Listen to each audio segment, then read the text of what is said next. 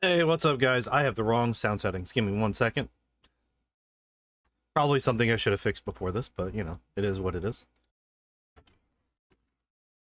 Hi. Why did the game close? We're off to a good start. We're off to a good start. I tab out and the game crashes. I ain't seen that in a long time.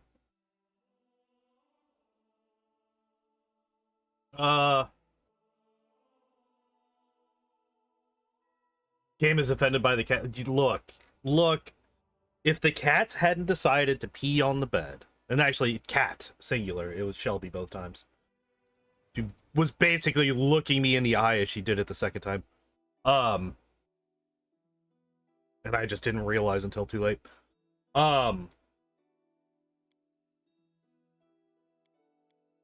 Yeah, they'll be back in about a week. Look, if there is an easy way for me to let him in while keeping Shelby out, I would, but I'm also not going to lock him into this room.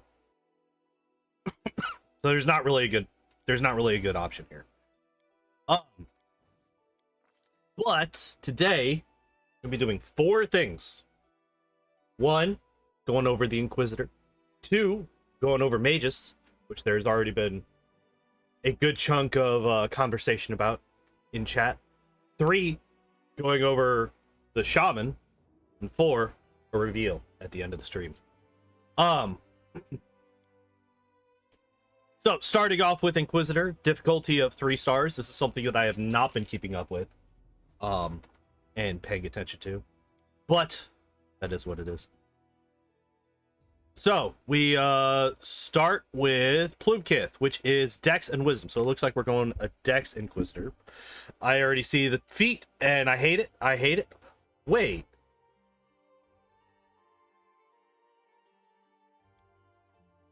What?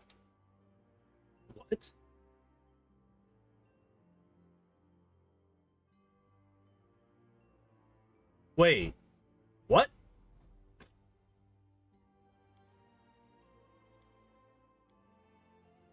Okay, it was just a glitch. It was just a visual glitch. I was so fucking confused about this con score. I'm like, wait, no. You're not an undead. You have a con score. What the fuck is this? Yeah, I've never seen that one before. But yeah, let's Gorham, yeah. Well, I mean, even Urgathoa doesn't make you an undead, right?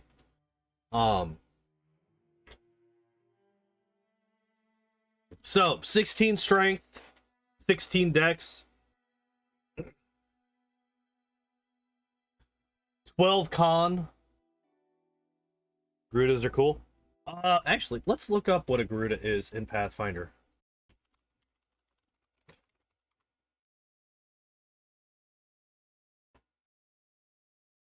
Oh, I have seen this. They're like really fucking cool looking bird people. They're like hyper colorful bird people. Here, let's do this real quick. That's cool as fuck. That's a really cool picture. That is one thing that Pathfinder really... Oh, I forgot to turn on my light.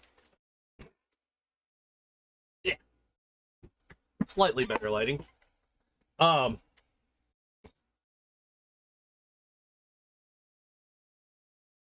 No, Gerudo is a race of women in the desert in Zelda. But I've always loved the Pathfinder art. The fuck? Oh, Final Fantasy. Was it Sandstorm? Oh.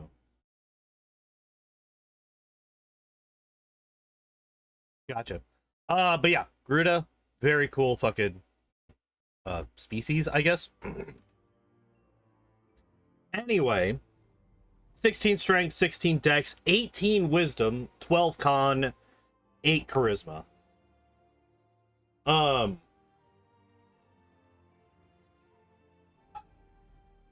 Yeah, if we just ignore the weird con score here, this is kind of a strange build. Like, let's be honest. Putting this many into both strength and dex is quite a hefty investment. I don't know how they're going to make use. Okay, so let's details. There we go. There we go. Proficiency. So medium. Okay, so that's probably what it is.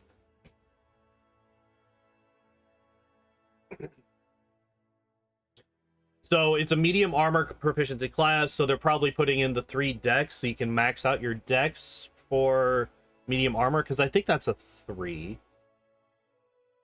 Is breastplate a 3? Pathfinder breastplate.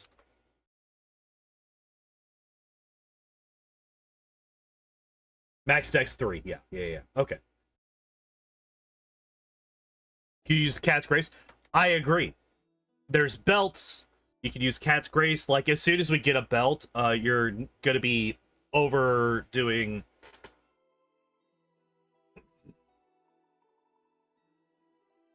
End up increasing dex and whiz above recommended. I mean, Inquisitor getting a really, really high wisdom, I'm not overly concerned about because of this right here. Wisdom to initiative checks in addition to dex. So getting that extra +4 or eventually +7 if you have a +6 headband, right? Getting that +7 potential to initiative is like fucking really good. And also their spellcasting is based off of wisdom, which I mean, like, we're not going to be casting. I don't think we're going to be casting too many offensive spells, so like save DC is not really that big of a deal, but I don't know. I don't really know a whole lot. Excuse me. Inquisitor is a class that I've never taken above 2nd level. So I'm gonna be trying to infer a lot here, just trying to basically use my basic knowledge of the game system, and looking over what they get. In regards to spellcasts, yeah. Which, again, as long as you have a +6 wisdom headband by the time you get to level 16, which you're going to, you could basically just have a 10 wisdom if that's all you're going for. Because you can get all the wisdom you need just from headbands.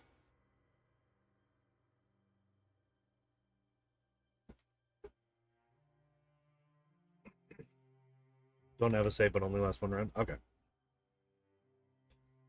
We do get the destruction domain, which we actually use in the Kingmaker speedrun, simply for the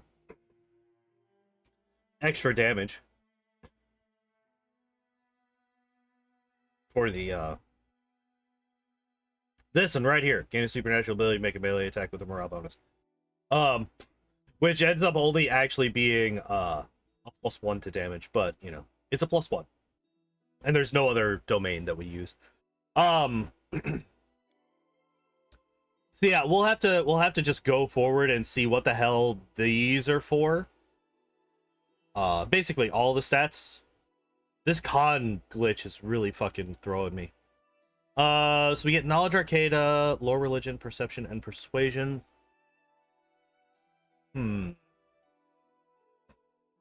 How?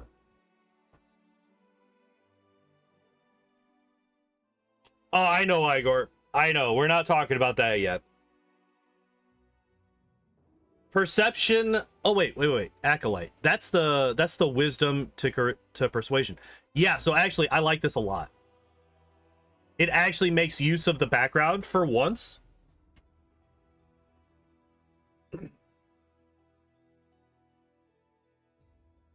I agree. I love me some nature. Oh wait.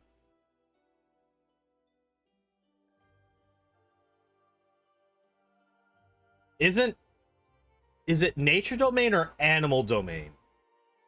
Because aren't they different? Aren't they separate? Here, let's. Yeah, you're talking animal domain. But I do agree with you. Yeah, Zins, that's actually one of the reasons that we pick up a level in Inquisitor in the Kingmaker speedrun, is so that we have all skills as class skills. Nature mystery for Oracle, yeah. That's yeah. So yeah, persuasion, perception, lore, religion. I think I might I would say that I would prefer lore nature just to make full use of your wisdom here. If you're gonna have 4 ranks per level, I would rather just make full use of your wisdom here. Or maybe put some in mobility. If you're gonna be a melee fighter, getting points in mobility could be useful. Yeah, I was gonna say, if you're doing Knowledge Arcana, you have, obviously there's Nenio. I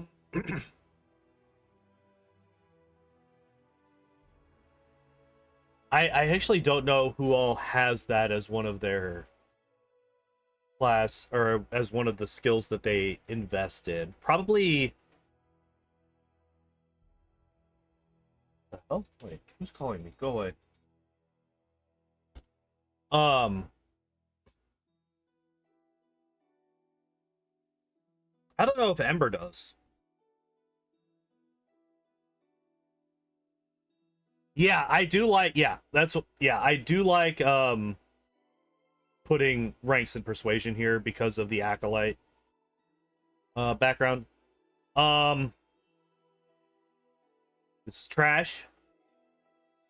This is trash. Toughness is terrible. It's bad. It's bad. It's bad. Back to this. I don't like Knowledge Arcana. I would prefer lore nature. But beyond that, I'm okay with everything here. Toughness.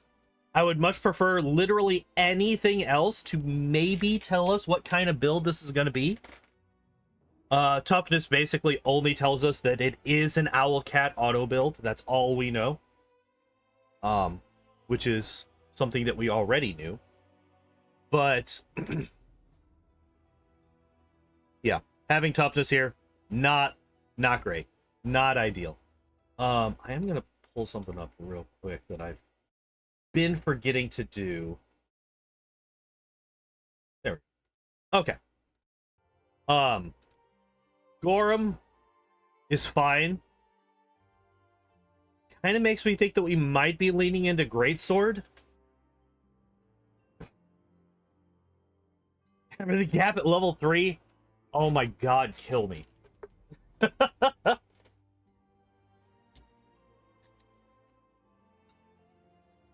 Help with the enemy recognition, since Inquisitors are kind of like the Divine Stalker class? Maybe.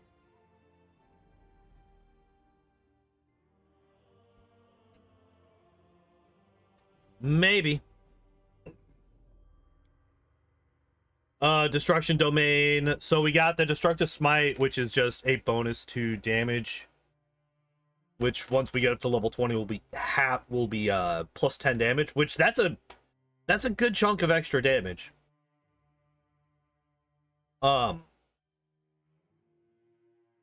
Is there a few Inquisitor friendly feats that add bonuses to attacks when correctly recognizing enemies? Yeah, not I don't think there's any of that in here though.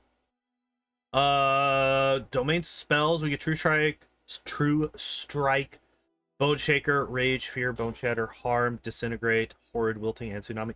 So there are actually a few decent damage spells in there. Obviously Harm is in there. Bone Shatter and Bone Shaker are both guaranteed damage. Don't get domain spells, only powers. Oh, really? I did not know that. Kind of wish that they would remove this from the Inquisitor description then.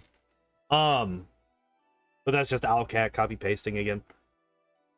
At 8th level, you can emit a 30-foot aura of destruction for a number of rounds per day equal to your level in the class that gave you access to this domain. All attacks made against targets in this aura, including you, gain a morale bonus on damage equal to half your level in the class that gave you access to this domain, and all critical threats are automatically confirmed.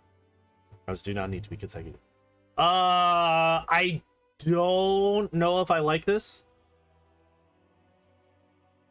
Well, this comes down to action economy, right?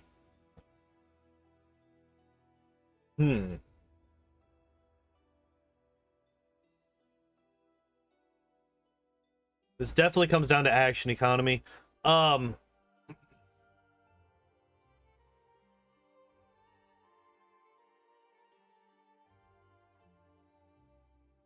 Basically, is it good or not depends on who has the most attacks per round.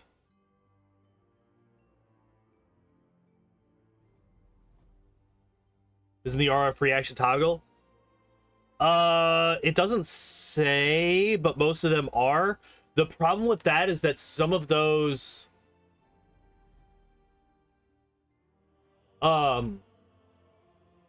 take a round to actually activate.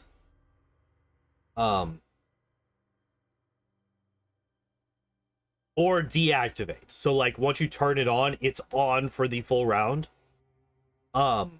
Which means that the enemies would still be able to come and fuck you up.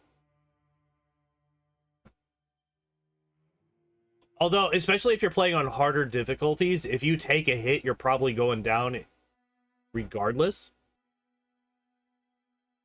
Yeah, it basically, how good this is basically comes down to, A, are you playing on turn-based or real-time? I feel like this is far better in turn-based.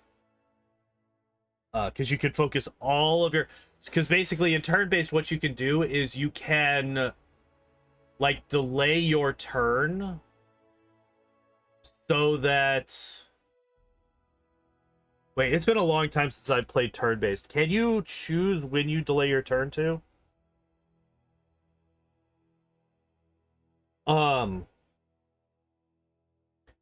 then what you would want to do for that aura, only if you haven't taken an action yet. Okay, good. So what you would want to do is you would basically make this guy the person to go first right before everybody else in your party goes. So if you delay after the first round to make it so that he goes and then the rest of your party go and then the enemies go, you pick between which portraits. Okay, I thought you did, but it's been a while since I've done turn-based in any of these games. I couldn't remember. So yeah, you would want to, basically you would want to make this guy go first, which that extra +4 to initiative would help with quite a bit, right? And then you would just stack all of your attacks on like 1 or 2 people. All those bonuses to initiative, then delaying every fight. So what you would want to do is you would want to... So like the initiatives guarantee that this guy goes before the rest of your party most of the time. Which is all you really want. That's also only if you're fucking trying to get literally the optimal usage of this destructive aura. Which most people probably like aren't gonna give a fuck about, right? Cure Light Wounds, Divine Favor. I think these are fine. What other spells could we get? Bless, Bane. Bane far less important in this game than in Kingmaker, because there's no skip half of a chapter with Bane.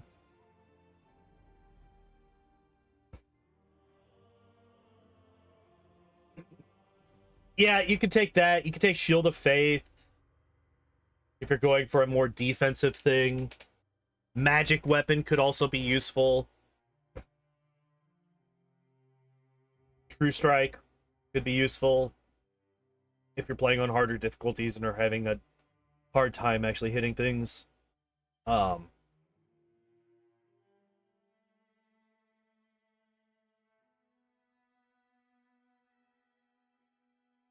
Yeah, I think Bless is probably the best thing here. Although Divine Favor is... Oh, no, wait. No, Divine Favor is actually a shorter duration. But it does give a luck bonus. But it's also only personal. Yeah, I think Bless would probably be the right choice here. Bless and Cure Light Wounds instead of Divine Favor.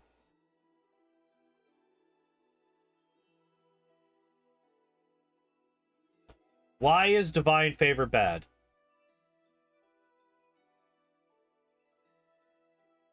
You have luck bonus. You have luck bonus to armor class and saves. You don't have a luck bonus to attack or damage.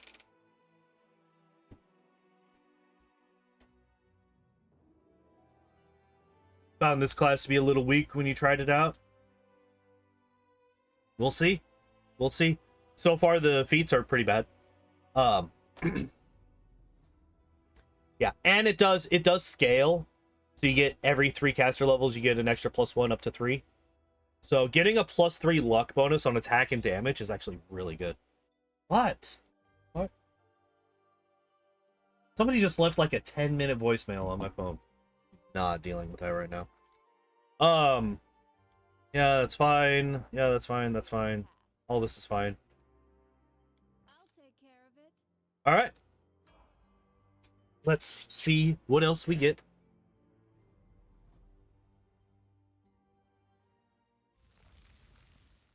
Yeah. Go ahead. All right, so level 2 spells, we get Shield of Faith. Again, I'm okay with this. It is a stacking bonus. Terry Q voice you have there. Yeah, look, Terry, you know, he's going into voice acting, and you know he's trying to widen his range.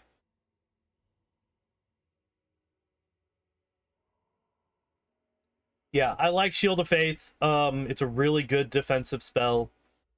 Like I said, it scales, which I did not actually realize that it scaled for the longest time. Yeah, anything that scales is really good. And the fact that you can get up to a +5. So what this basically does is this can potentially take the spot of a Ring of Protection. Igar, you say budget bark skin, but it's actually better than bark skin in my opinion.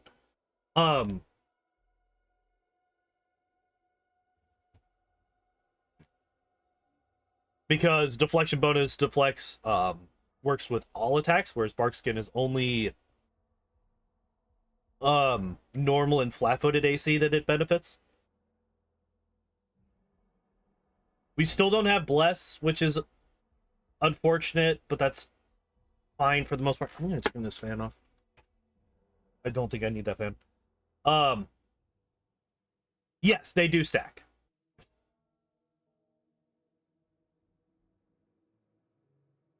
Wait, Shield of Faith also starts at +2.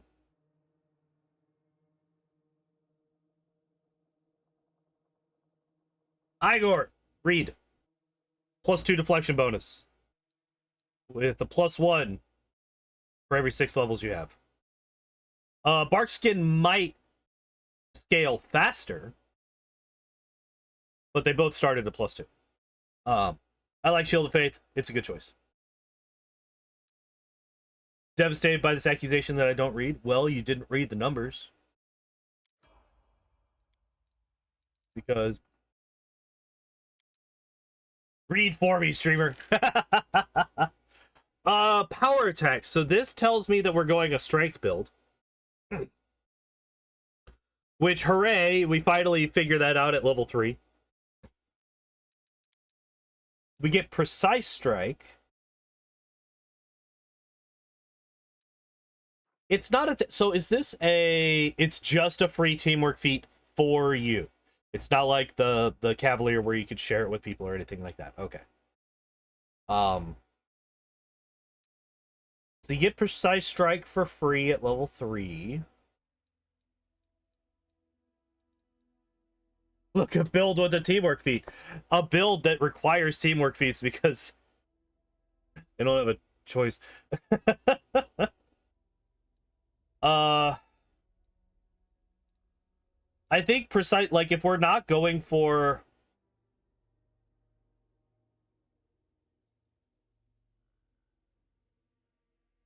always have your teamworks enabled for yourself. Oh, do you really?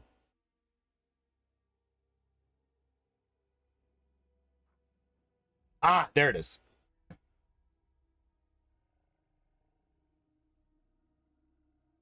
Okay. that actually makes this a lot better, because I was like, all right, well, this is requiring us to basically not do. Yeah, if we didn't have the solo tactics, this would basically require us to not use auto builds for any of our companions, because we would need people to be using teamwork feats. Expeditious retreat. I don't think I like this. Not for a party character. Expeditious retreat is great for speedruns. Shake it off and outflank. Yeah, outflank is incredibly good. Shake it off is also very, very nice, especially with how heavy this game is when it comes to melee characters for your companions. I'm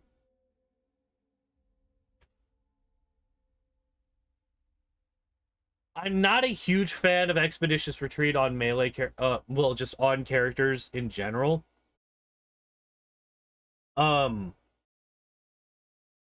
I think because, like, what does it actually do in combat? If you're playing in real time, the only thing that it does is it allows your melee to get to the enemies like a half second sooner. It doesn't actually do that much in combat. Now if we're talking speedruns, fuck it, best in slot spell in the game. But if we're just playing, if we're just talking normal gameplay, yeah, I could definitely see it being very good in turn-based. When it can actually prevent you from using your attacks if you are just slightly out of range, but that just doesn't happen in real time.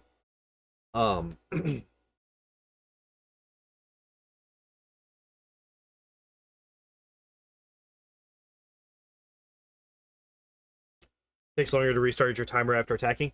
That is true, but like the time difference is so like it's so negligible that it might as well not exist. Like it's like a half second. It's not that big of a deal in real time. Much more important in turn-based than real time. I still think that Bless, I think Bless, True Strike, or Magic Weapon would probably be my choice here. But it depends on your playstyle. And it depends on what way you're playing the game. Alright, what do we got? We are boosting wisdom.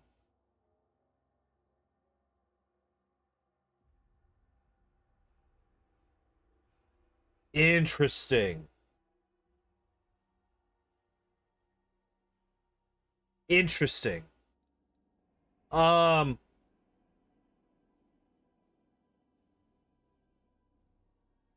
So True Strike is really important for the like super high difficulties. Like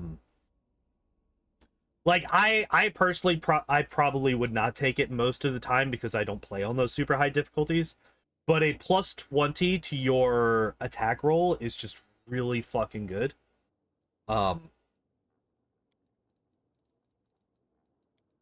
If the person is like,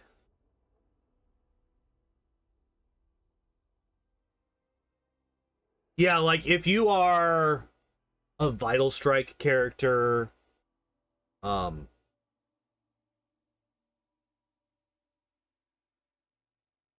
Afro, they do that all the time. They do that all the time. They have odd numbered things at max level. It's so infuriating.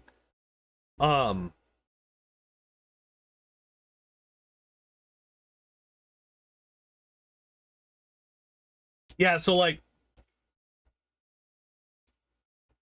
what you do with True Strike. True Strike is really good for Vital Strike characters. It's really good for Cavaliers. Um for their charge attacks to start the fight, so you cast it before you actually initiate combat, and then they charge in and they're guaranteed to hit that first devastating charge attack.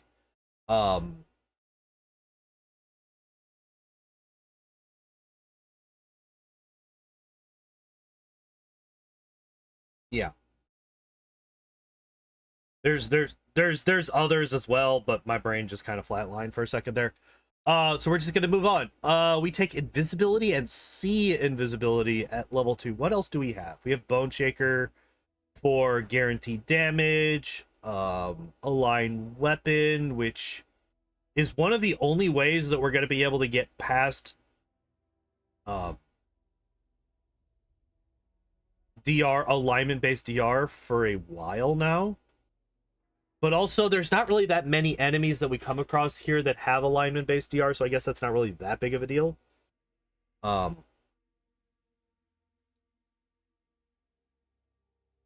Inflict moderate, I don't really care about. Effortless armor could be useful.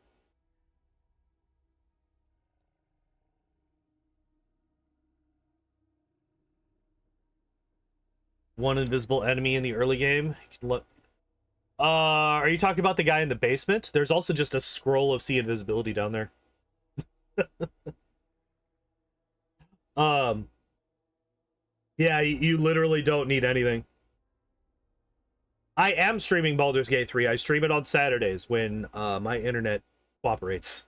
It did not last week, so I missed my stream last week. But yeah, I've streamed it 3 times so far.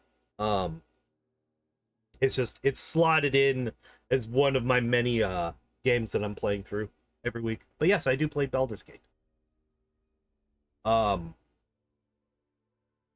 actually not really liking most of these level 2 spells.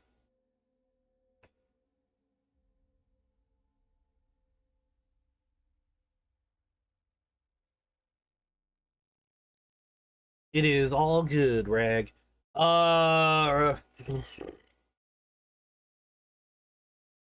Temporary. Yeah, I don't really. There's not really that many good level 2 spells. Don't even need to scroll if you use light of it. Oh, that's the Halo. Like, that's probably what I would take as well. Cure moderate and restoration lesser. Um. Yeah. The ability you get after you pick up the sword in the rubble. Um. How many times do you get? I mean, there are the. Does the rat poison in the market square, does that do ability damage? I can't remember.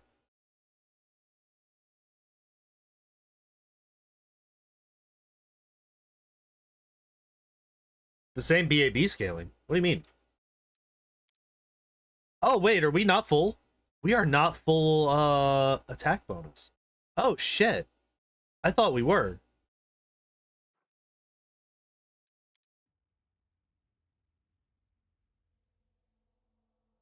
Oh, shit. Okay. I thought we were full BAB. That is unfortunate. Spectres in the graveyard do a ton of strength damage. I'm trying to remember the graveyard. I don't even remember that bit at all. Judgments and Bane are not things to be sneezed at. Yeah. The problem is that we don't look at those because they're not choices. We only look at the choices that we take. Speaking of Banes... so yeah, we are going Greatsword. Greatsword with a 16 base dex.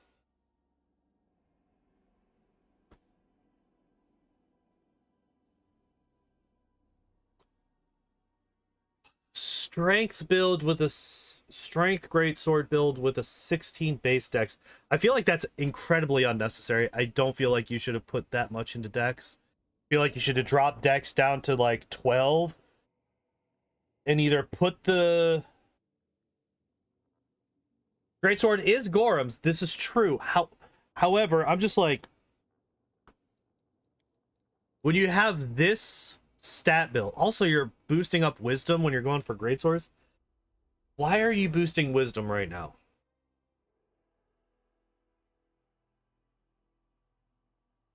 Yeah, they should have taken Angelkin instead of Plunkin.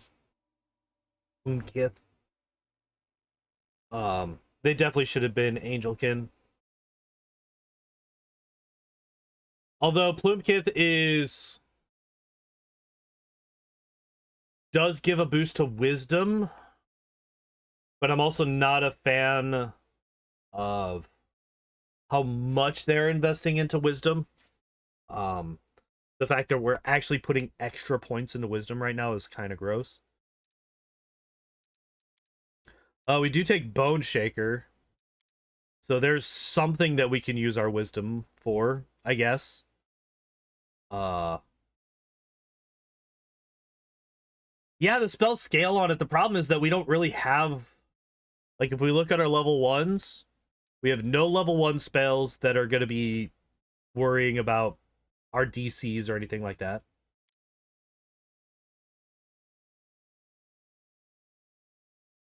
Yeah.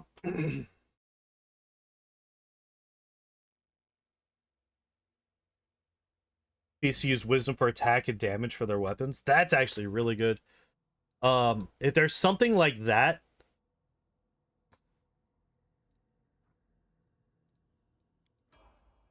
then that's great. I don't think that we're going to be getting that. Okay, so we do get Outflank at level 6, so this is, like, just optimal. Yes. Take Outflank. It's really fucking good. Definitely wouldn't be for Gorm. Yeah, I guess that's true. Gorm isn't exactly a wisdom-based person. Only with mods. Ah. So yeah, we got to remember this is base game only, no mods here. We do finally get Cure Moderate Wounds. That's fine. It's like probably one of the better spells that you can get at level 2. The fact that we still don't have the Restoration Lesser is a little bit painful. Took Seize the Moment over Outflank. Yeah, I used to get both of them.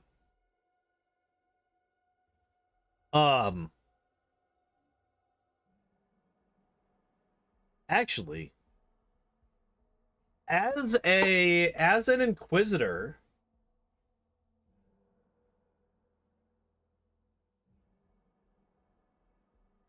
would you rather have Outflank or Seize the Moment? The reason I ask this is because what Outflank does is Outflank gives you a +2 on your attack rolls.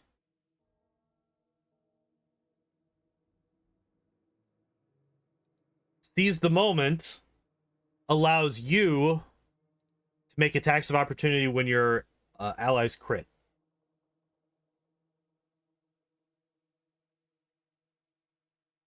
Outflank does get plus to hit, but because so what I'm talking about right now is I am assuming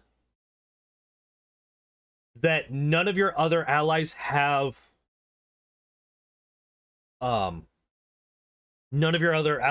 these teamwork feats. That's what I'm assuming. Because I'm assuming that whoever's playing this auto build is also playing with auto builds on all of their allies. So nobody else has teamwork feats. Outflank only gives attacks of opportunity if your ally also has Outflank. So Outflank is whenever you score a crit, it provokes an attack of opportunity from your ally. Whereas Seize the Moment is whenever your ally crits, you make an attack of opportunity. They're flip-flop. They're swapped.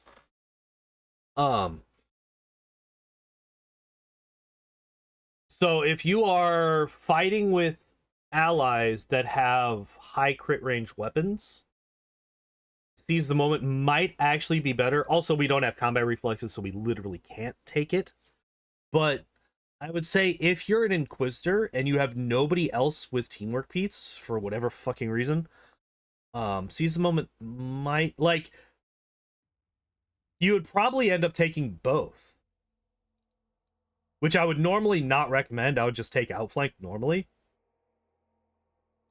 But if you're an Inquisitor and you're not picking teamwork feats on the rest of your party for whatever fucking reason, it might be like the one time that both of them would be worthwhile.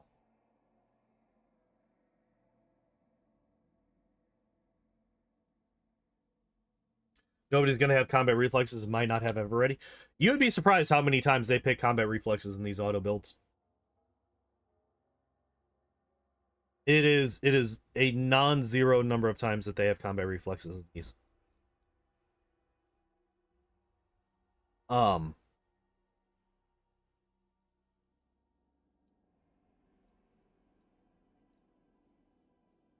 but yeah. I mean,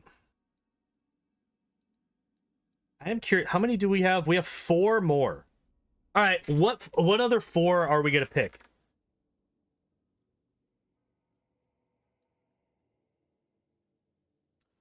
What other 4 are we going to pick here? I would like Shake It Off, back to back, coordinated defense. Coordinated no, I don't want coordinated defense. Allied spellcaster, Shake It Off, back to back combat maneuvers.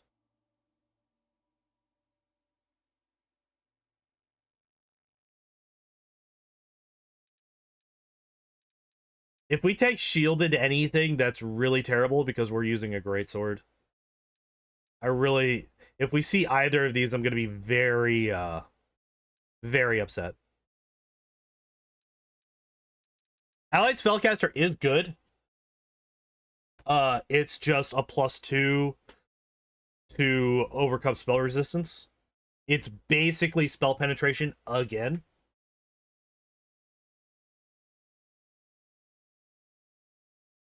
Shielded caster is a +4 without shields.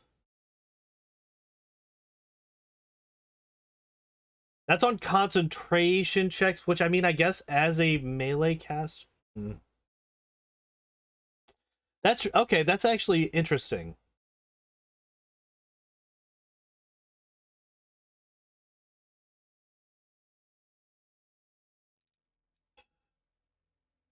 One, 2, 3, 4. I think allied spellcaster, back to back combat, coordinated maneuvers, and Shake It Off. Well, coordinated maneuvers only if you have a combat maneuver that you use.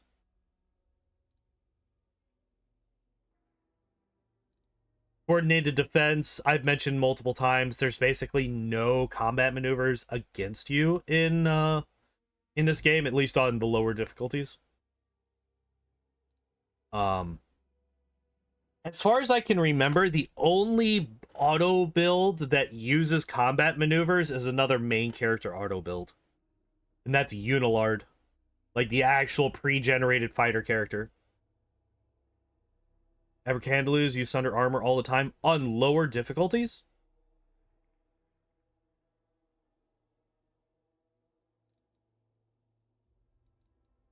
I don't remember that at all.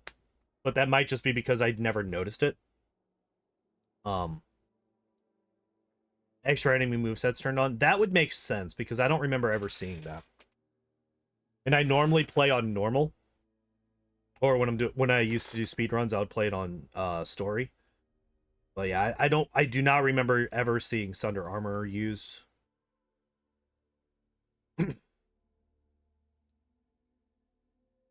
But anyway, yeah, we get cure moderate wounds at level 6. Yay!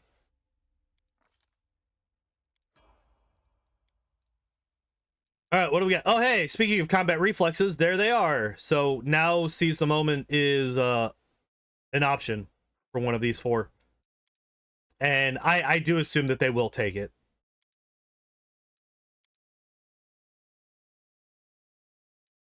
We finally get Bless, which... Where else? Oh, Heroism. Wait, we get Bless the same... Wait. Heroism is also... Wait. We get...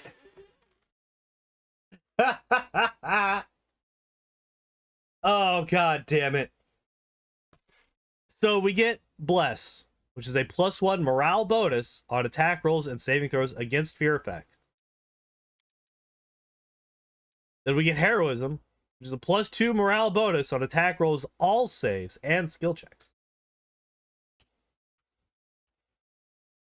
+1 to everyone and +2 to yourself.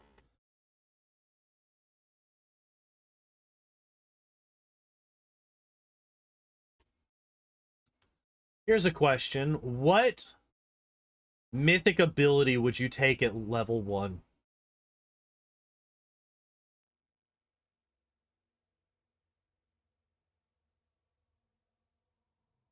What mythic ability would you take at level 1? Because if you take Abundant Casting... Yeah, we're level 7. So at this point, the game is expecting you to be mythic level 1.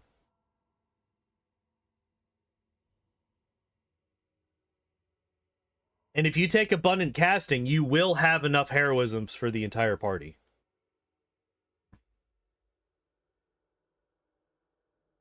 Yeah, but like you would still have that choice. You would still have that mythic ability that you get at mythic level 1. And like the thing about mythic abilities, well, I agree. Take Bless at level 1. What did they take at level 1? They had Cure Light and Divine Favor at level 1. That's right.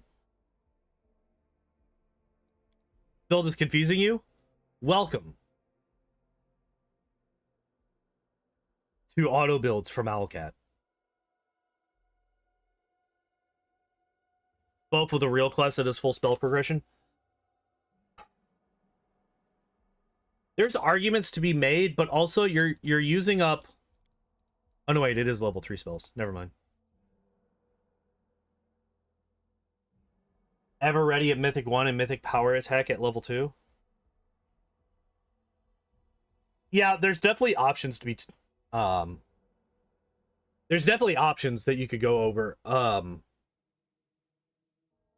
to remember. I don't remember the mythics as well anymore because it's been a while since I've looked at them. We don't go over the mythics as often as we go over normal feats and spells and stuff, so try to remember all of the... There's not really... I just remember there's not really that many mythic abilities that a melee character really, really cares about.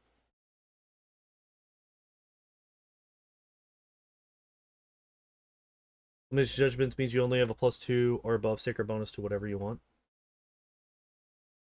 I did miss that. I apologize, Igor. I apologize.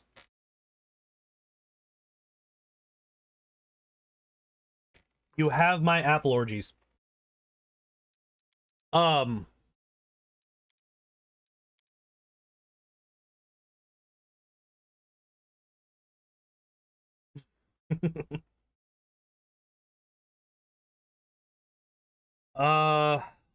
Means you always have a +2 or above sacred bonus to whatever you want. Protection from energy and haste. Do we get haste? We do not get haste. That is not an option here.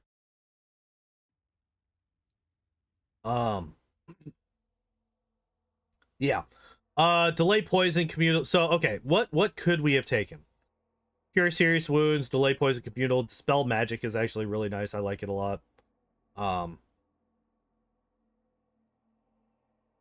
Prayer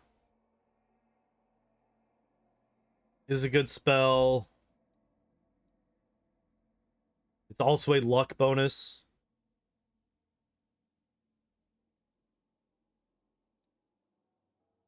How many order chaos points one has? There's a way to check how many order chaos points one has in the Inevitable Access DLC. I do not, Zins. I am sorry. I have not actually played through Inevitable Access since I did the speedruns for it. Yeah, I like Prayer. It's a luck bonus, which is really, really rare. It's AoE. It is both a buff and a debuff on the enemy team at the same time. There's a lot for Prayer. It's really, really good. Greater Magic Weapon is also fine. The thing about Greater Magic Weapon is at this point you're going to have a weapon that's more than a +1. Most likely. And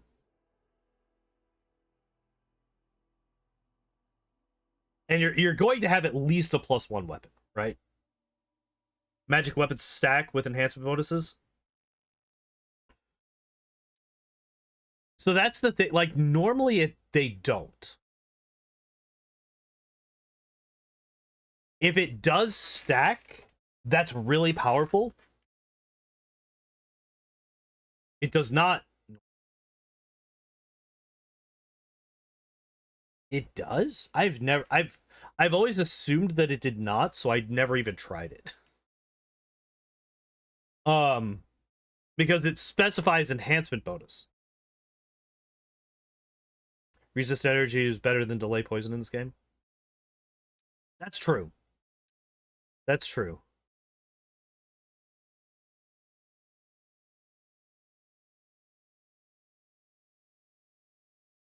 Well, okay, does it stack or does it overwrite? Because those are different.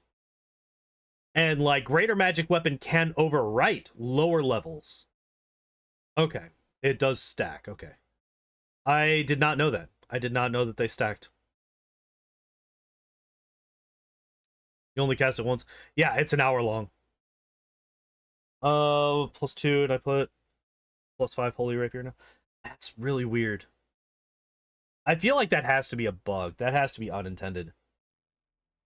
Because what it's supposed to do, it's supposed to overwrite, not stack.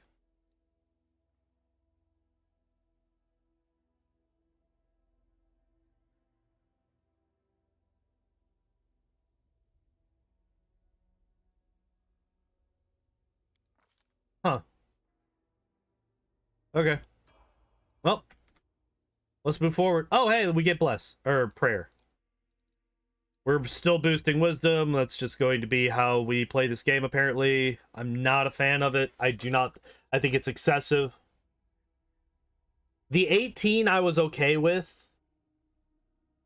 But, like, there's definitely arguments to be made to not even go that high.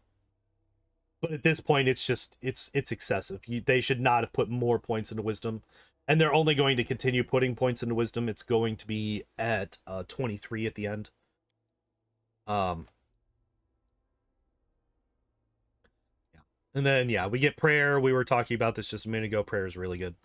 It's a really, really good spell. Take dodge.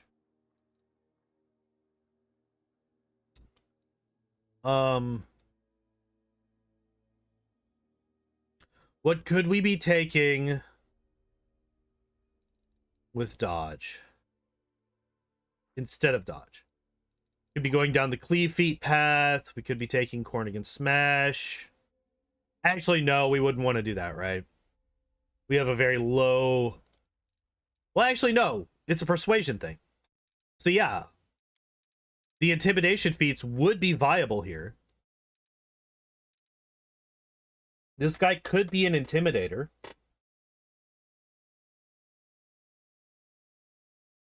Yeah, weapon focused. Or they already have weapon focus. The dazzling display, yeah. Intimidating prowess.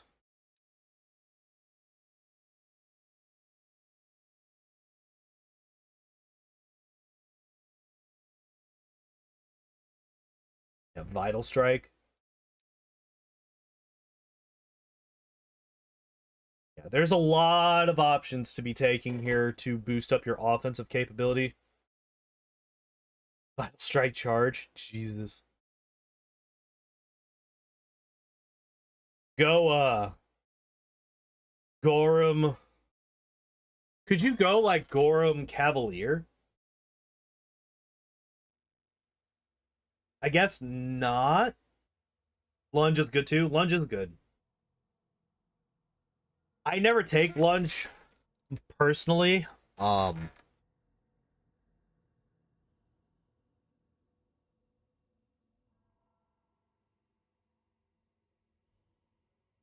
Teammates aren't taking your teammates aren't taking teamwork fee.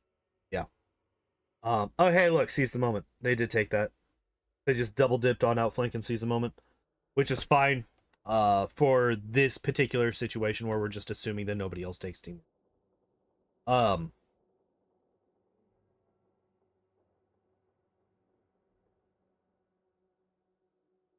Only active during your turn, which means that you won't be getting outflank STM attacks.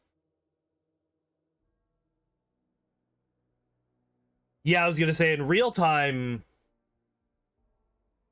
Wait.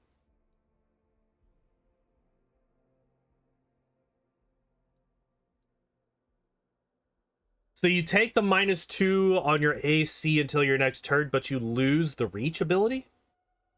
Oh yeah, until the end of your turn.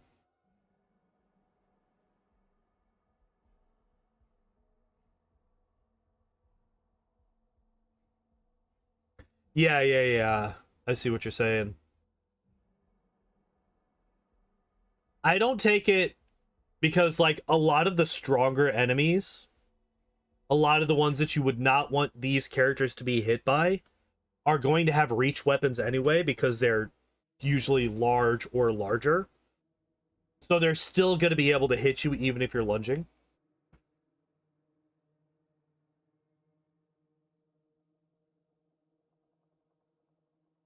I just never really saw a huge reason to pick this feat in general.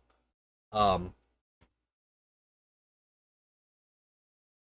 yeah, I guess if you're using like glaives or anything like that, then maybe. But yeah, we got dodge. I mean, like, I like dodge as a defensive feat. Lunge works okay with cleave. Get a larger AoE. That's true. That's true. That is a 5 feet chain to go down, though.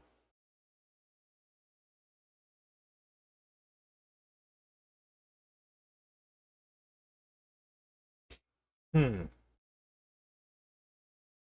I don't know. It could work. Yeah, it definitely can work. It's good feat for most two. It is. It is. Um, I like it a lot.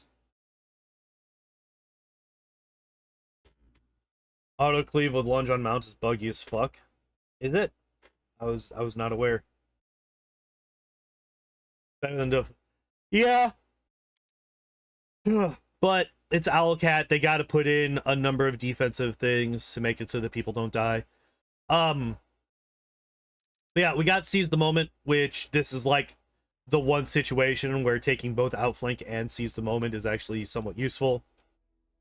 Cure Serious Wounds is fine. There are definitely better options, especially now that I know that this stacks and doesn't just overwrite. And oh, hey, look, we got Destructive Aura. We got that last level. All right, what do we got here? Finally got Restoration Lesser. Congratulations, we got that at level fucking 10. Yeah, now that it's up to +2. Hell, it's halfway up to +3 at this point. Okay, so now we're getting greater invisibility. Why? Well, okay, so greater invisibility is good. Like, don't get me wrong. But why are we getting that instead of anything else?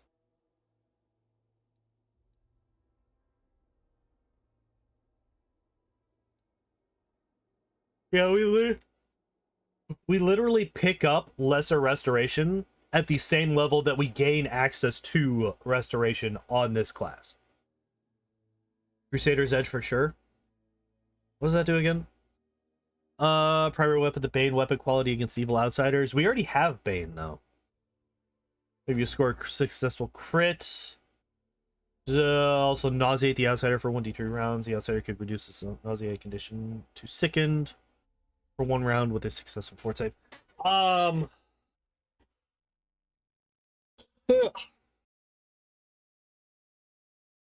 Spellbane and Inquisitor Bane stack. Oh.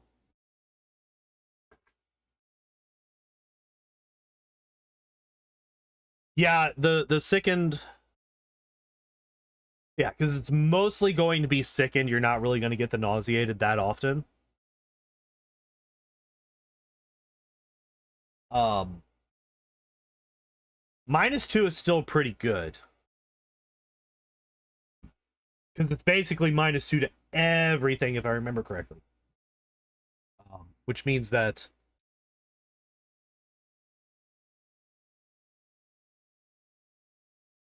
the problem with that is that it's a fort save, and almost everybody in this game has a very, very high fort save.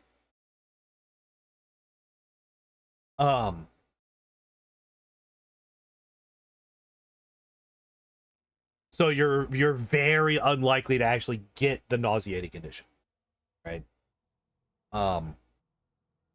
There's no way to like increase the save DC or something like that.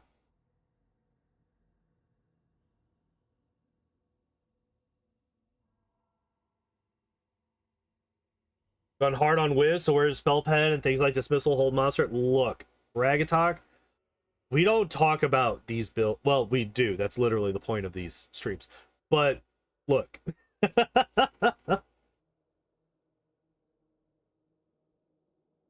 We don't have any choices here. We just have to judge the choices that were given to us.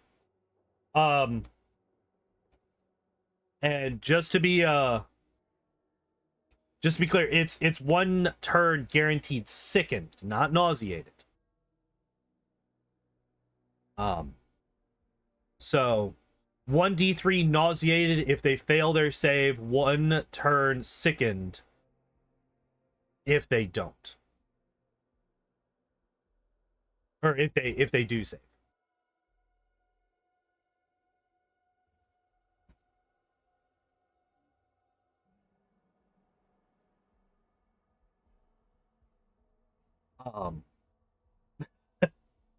It's fine. It's fine. A lot of chances for them to roll badly. That is true, but like at that point we're getting into a similar situation as with Heroism. This is a level 4 spell, so we are now requiring 2 mythic abilities, Abundant Casting and Greater Abundant or Improved Abundant Casting, to be able to cast this on everybody in the party, or even all of the melee characters, unless we're just like ignoring every other spell that we get.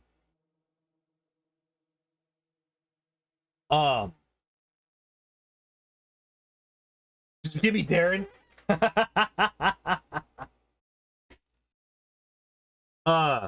So yeah, we got to keep in mind this is a level 4 spell. We also have to keep in mind how many times we can cast it.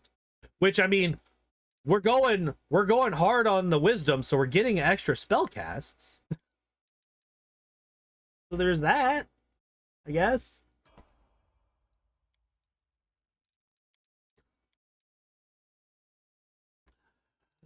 And we get extend spell as a meta magic feat. Congratulations, we can now make remove fear not longer because it's still...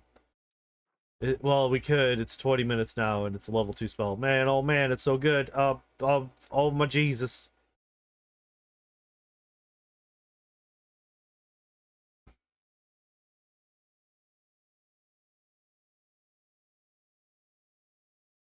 Biggest benefit: making weapons good aligned if you didn't restore the Iomade buckle thingy. Don't you use remove fear? I use remove fear as a buff.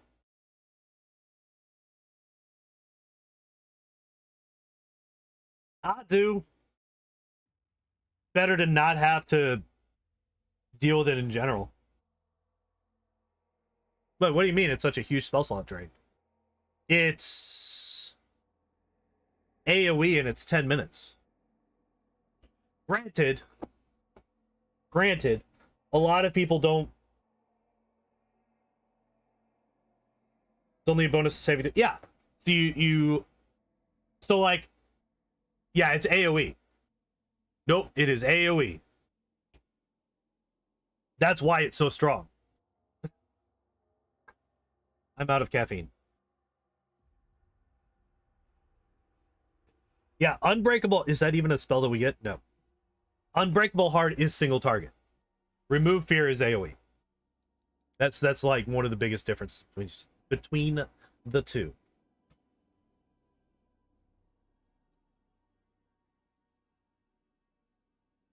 Remove Fear with no save component. Yeah, I definitely think it would be better to have the fear, the save boost. Because like a +4, that's an extra 20% chance that they save against it. Like that is... That is not a small difference. This is also true. Although, to be fair, casters do tend to have the highest will saves, so they are the most likely to save against it. Especially this Inquisitor. Like, this Inquisitor ain't gonna get scared by nothing.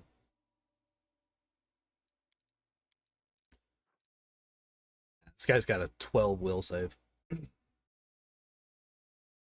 Morale, so the heroism line don't stack, though.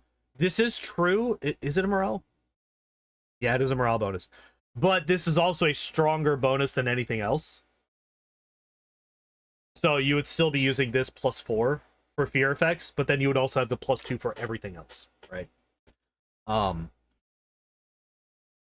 you would have this specifically for fear, and then you would have the heroism effect for everything else. That's definitely, I think, like, there was like a time where I would use both greater heroism and good hope whenever I would have a bard in the party, because good hope buffed more stats, but greater heroism buffed the ones that it did hit better, right?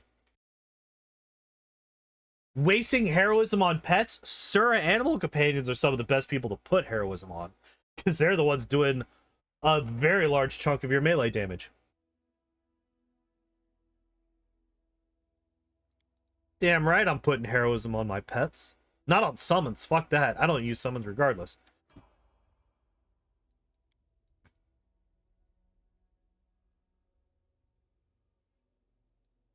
Yeah, I guess it also depends on what animal companions you're talking about. Like, am I putting it on a horse? Fuck no. Am I putting it on a Smilodon? Goddamn right. Yeah, greater heroism is a +4. So yeah, once you get to greater heroism, that is true. Once you get to greater heroism, it then matches remove fear, but again, greater heroism is single target, whereas remove fear is AoE. Now my Bane is Banier. Oh my god. So we get Shake It Off, which is good. Shake It Off is good. Extend spells greater. Oh my god. That's actually really funny. We did get Stone Skin, which I'm kind of okay with.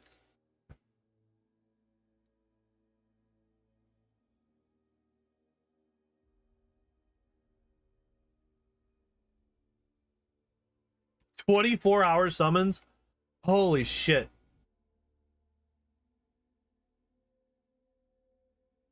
That's actually insane. I kind of forgot. Never even considered that. Um,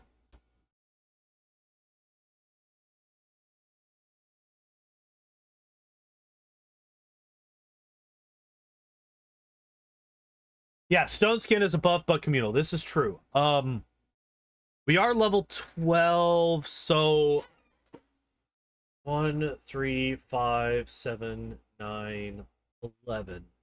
So we would have level 6 spells at this point on a full caster, cleric, or wizard, or sorcerer for that matter.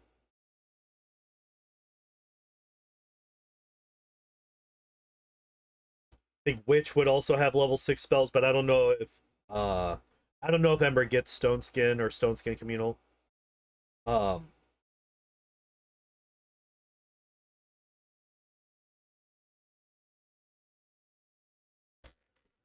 Is Stone Skin Communal a level 6 or a level 6? It's a level 6, right? So yeah, Nenio would have...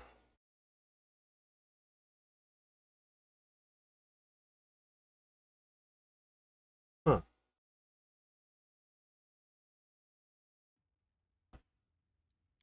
I guess we'll find out.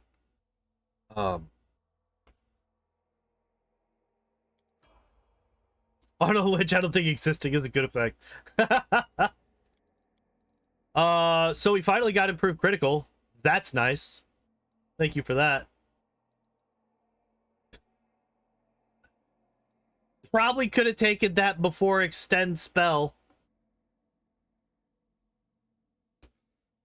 Um, isn't improved critical like a BAB 8? So we could have taken this as early as level 9, I think. Or is it 11?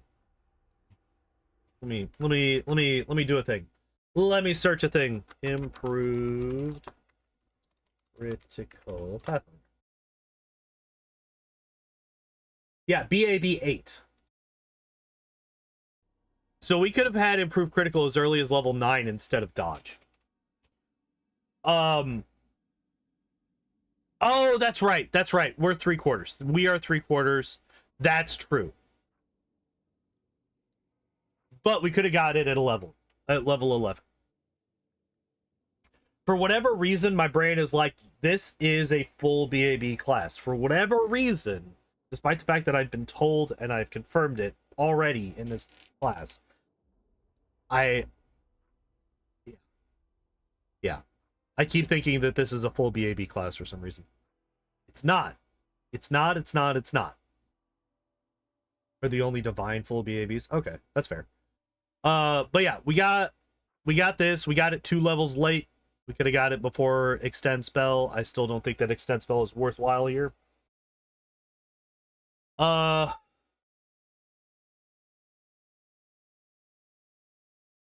Use Grave Singer. Well, they have. Oh, you mean Great Axe? I was like, wait, we got weapon focus. It's just Great Sword, not Great Axe. I actually don't know what Grave Singer does. Here, Grave Singer order. Whenever this will just paralyzed, staggered, stunned, petrified, or entangled, they suffer the weapon's damage and immediately remove such effect. 18 to 20 critical threat range. Ah, you like it for the 18 to 20. I understand. I understand. I also like 18 to 20s. So yeah, there's Stone Skin Communal.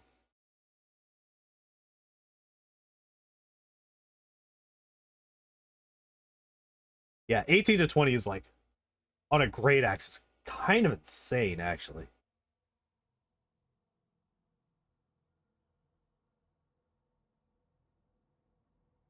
Yeah. Yeah, they're usually 12. Yeah, because they're at ×3. Anything. I'm trying to think if there's any default weapon that is a ×3 or ×4 that's not a nat 20 only. And I don't think that there are. I think every weapon type is either an extended range. Is Falcata both? Let's find out. Falcata Pathfinder. 19, yeah, 19 to 20 ×3, yeah.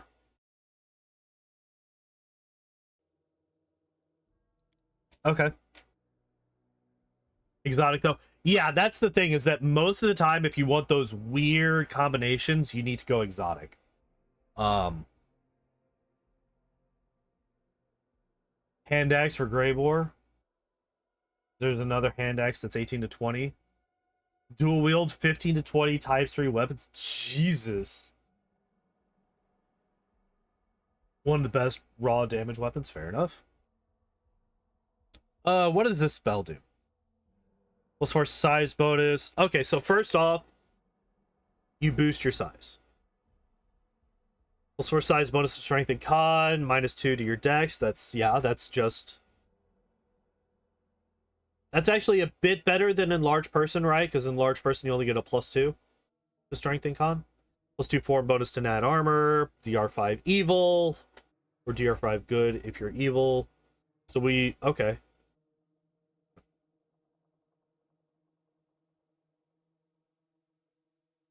Size modifier for AC and attacks changes as appropriate to your new size category. Spell doesn't change your speed. Determine space and reach as appropriate to your new size. All equipment you wear or carry is similarly enlarged. Weapons deal more damage.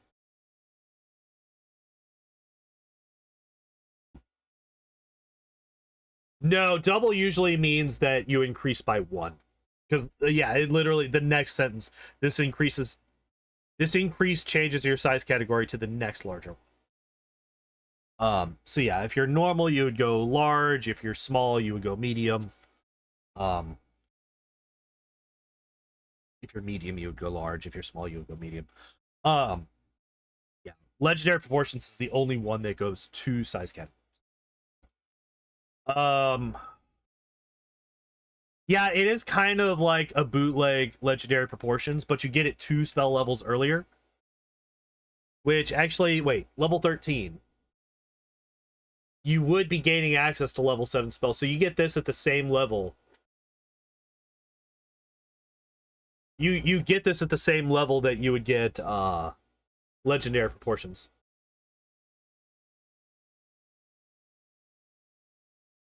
Yeah, magic. Yeah, that's true.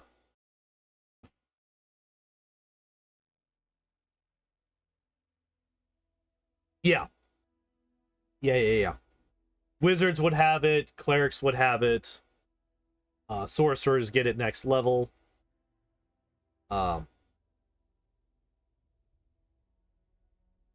yeah, legendary proportions is 2 by itself. Enlarged person and righteous might are both 1 size category. But yeah, they never stack. Which is actually for a long time. That's why I didn't ever cast legendary proportions or animal growth on animals after they had grown, after level 7 or 4 or whenever the fuck they get bigger. Because I didn't think that it stacked for the longest time.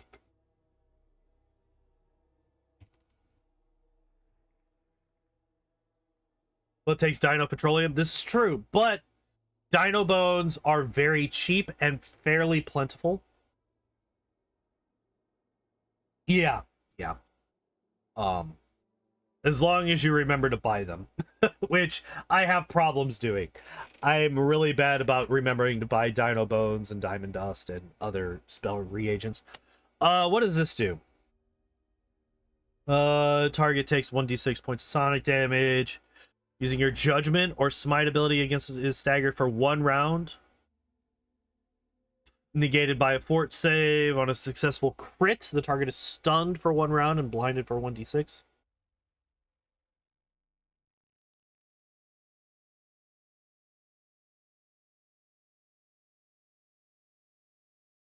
Bad.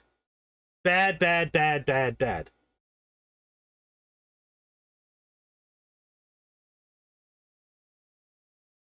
Yeah, so what I've noticed with that, so the animal companions and their sizes and everything. So the spells don't actually increase in regards to their current state. The spells will increase the size category compared to their original size. So I believe on a horse, you would actually get 2 size categories larger on legendary proportions, right? So a horse starts off large, it would then go huge and then gigantic, I believe. Whereas if you were to do the same on, say, a Smilodon that starts off medium, it works on the stats and it does increase their size, but not by 2 categories. It increases their size. Okay. So say you have a level 15 Smilodon. That Smilodon is large already. So if you use legendary proportions on a large Smilodon, logic dictates that it would go from large to huge to gargantuan or colossal or whatever the next one up is. I always get gargantuan and colossal confused. I can't remember which one's which. Unfortunately, that's not what it is. So if you have and the way that I know this is if you legendary proportions a character and then you legendary proportions their animal companion and you try to have the character ride the animal companion, they won't be able to do it because it will say that the characters are the same size.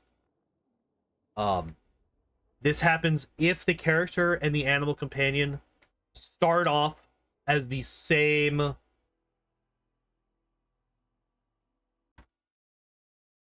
Why did this? Wait. Yeah, so Igor. What happens there is horses start off as large animals. Wow, that okay, one of these. Okay, so that's the thing. Horses are the only animal companion that start off as large. My chat was really far behind there for a second. Every other animal companion starts off as either medium or small. So that's why I keep saying that it will adjust the size category compared to the original size category that the animal is at level 1, not what they are currently. When you legendary Darren's Wolf, it also works.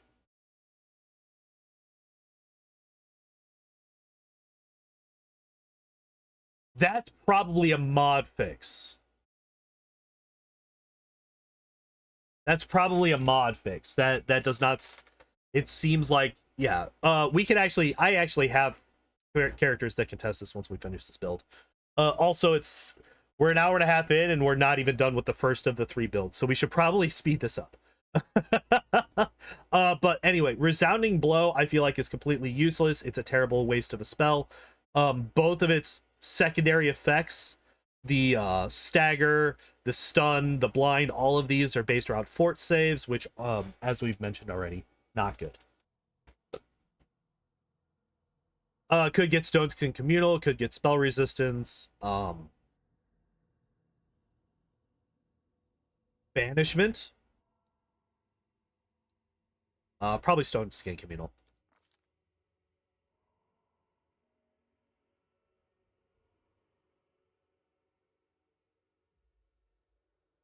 All right, Igor. Have a good night. Enjoy your sleeps. Yeah. Not a fan of that level. Not a fan of that level. Nothing really here. We get Delay Poison, which is kind of a waste of a spell at this point. You're gonna have Delay Poison Communal on one of your other characters. As we mentioned, Stone Skin Communal is a good spell. I recommend it above whatever the fuck this is. Don't get Resounding Blow in this game. It's not good. Simply because of the enemies that we're fighting. It just is countered by their stats. Oh hey, look at that. Critical focus. Okay. I mean, great swords are a 19 to 20 crit range. We have improved critical, so it's now a 17 to 20. That means that we have a 20% chance on any attack to crit. So it's not as bad as if it was like a fucking longbow or something that was originally a 19 to 20. But it could definitely be better.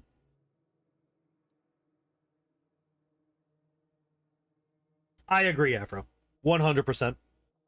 I mean, if I'm on a melee character, I want a 15 to 20 weapon regardless, because I always want crits. Always, forever. Why would you not?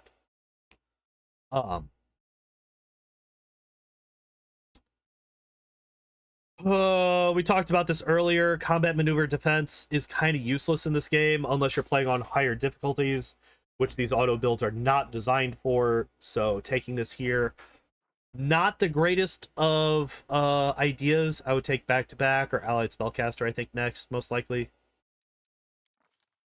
True Seeing is fine, I guess. Spell resistance, I think, is what we would have I don't think these auto builds are designed, period.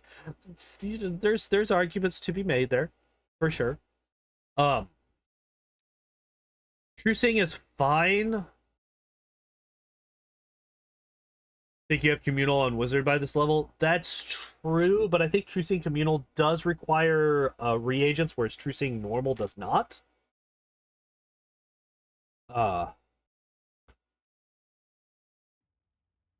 Would ever build CMD for higher difficulties either. That's fair. That's fair.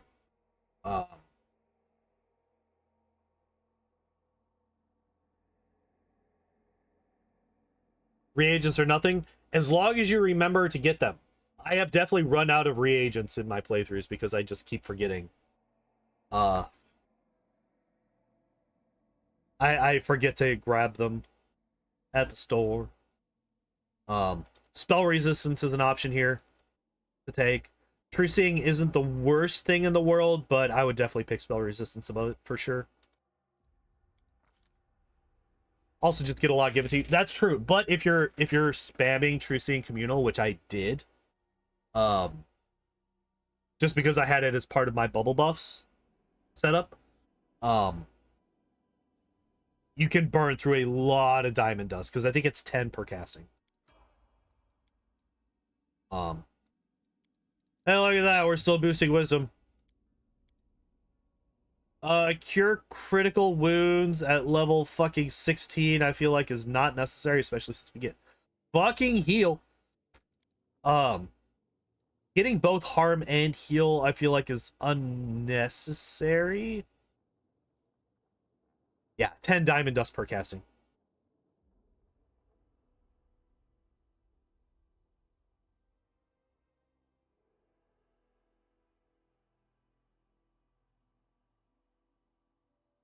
Hold up.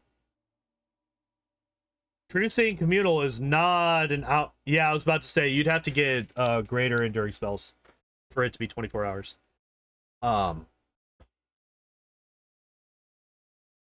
It's been a minute since I've played that file, so I don't remember exactly how I had the build set up.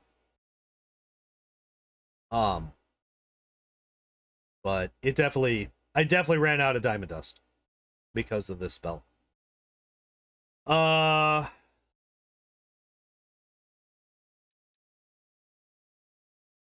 Speaking of, I think instead of harm, we could take True Seeing Communal here. Inspiring Recovery is also a thing that we could do here. Yeah, harm is just not that great, especially since we have not at all built for necromancy spells. It's just kind of a wasted spell. Heal, I love heal. It's really good. Take it. It's really good to have on everybody that can cast it.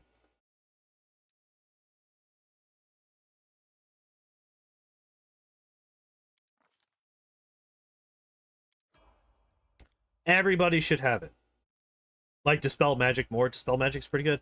Extra Bane Weapon. Really? Y'all are just out of ideas, huh?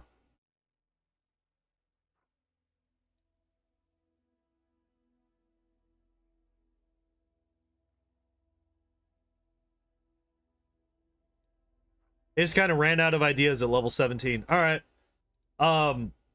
I'm actually really surprised that they haven't taken like Hammer the Gap or some shit.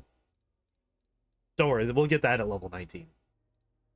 Or actually, no, they got Critical Focus. They got Critical Focus and then they didn't take a critical feat.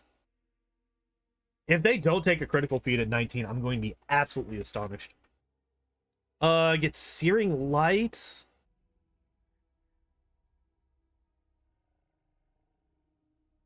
$17, yeah.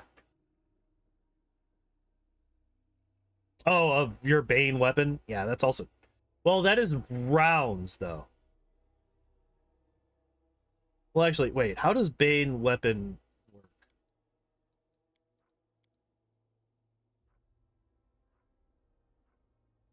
Where is Bane weapon? There you are.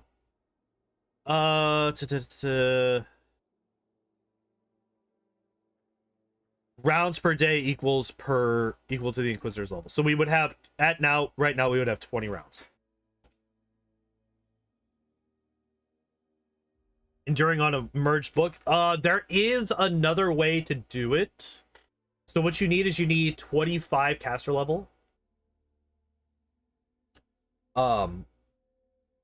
So to get to rounds per level being 24 hours, you need a caster level of 25.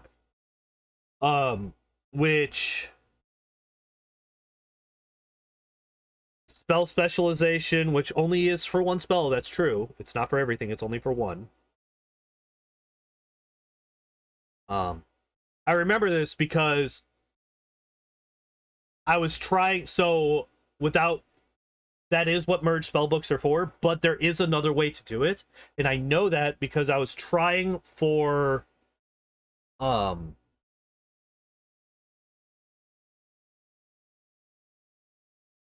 was trying to do it as an Azada for haste. I was trying to get haste to 24 hours for speedrun. So I wouldn't have to constantly be casting it. So yeah, you would want extend spell. I think there's a robe that gives you a +2 or 3 to your spellcaster level. Or to your caster level. Because spell level doesn't matter, it's caster level, right? Well, it's just so the speedrun doesn't. The actual current world record route doesn't even go Azada, it goes Demon. But my route was using Azada. It's just an older route. I haven't been able to do that for a while now. But it's not that we were running out of spell casts. It's that each time we would have to stop and recast it. So it's actually the casting time that I was trying to eliminate. Because it's like 1.5 seconds, 2 seconds every time. So it was just faster if we could just cut out those times. But the robe was so far out of the way that it was just not viable. But anyway, yeah, extra Bane weapons, Searing Light, which is fucking whatever. There's not really, I mean, remove curse maybe, greater magic oh yeah, greater magic weapon. Dispel magic. All of those would have been better, I think.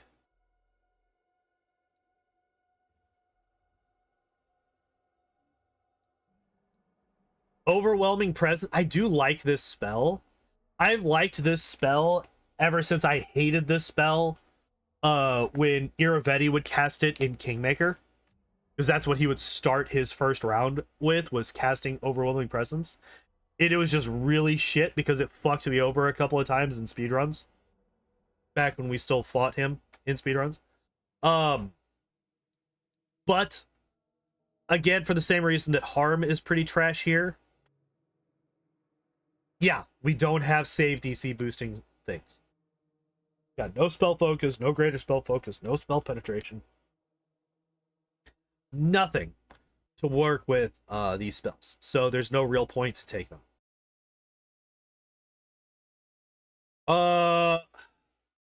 So the problem with this is that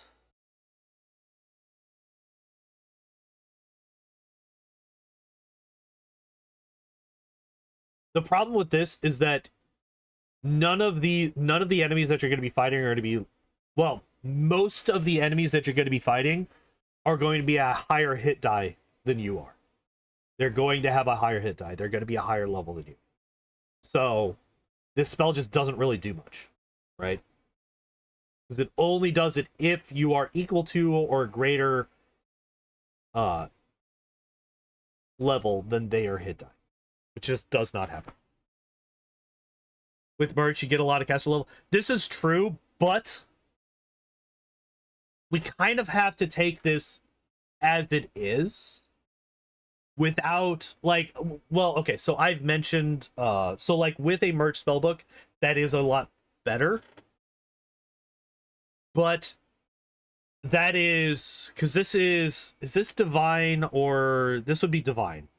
So you would have to be an angel, right? Yeah, there's no mythic auto build. So this is limiting you to specifically angel.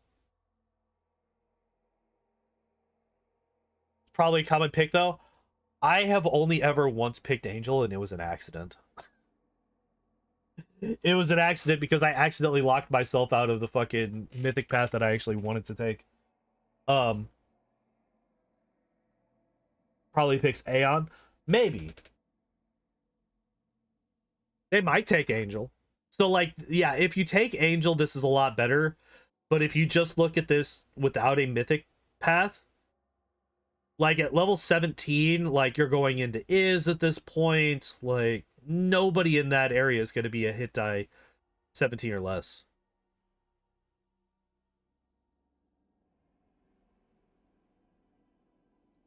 Yeah, if you're a merged caster, then I could definitely see this being pretty decent.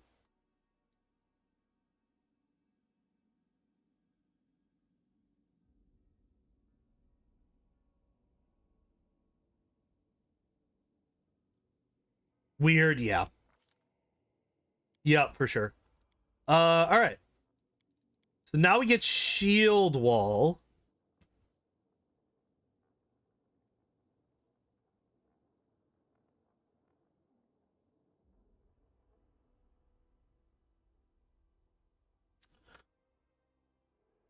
So I would like to point out this first sentence here.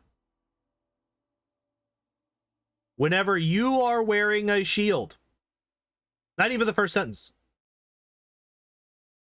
the first 6 words of this feat. The first 6 words. Whenever you are wielding a shield. This word right here, comboed with this word right here, invalidates this whole fucking feat. Because we are a great sword user. We don't use shields. We do not have the capacity to be wearing a shield. Let's say level 9 caster. I actually don't know. I legitimately do not know the answer to that, Matt. Because I almost never go mythic paths that require a merged spellbook.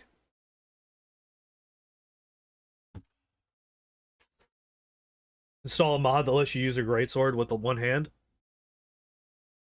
I actually have a character in tabletop that one hands a great axe. And he uses a hand axe in his offhand. However, that guy's also a fucking minotaur, so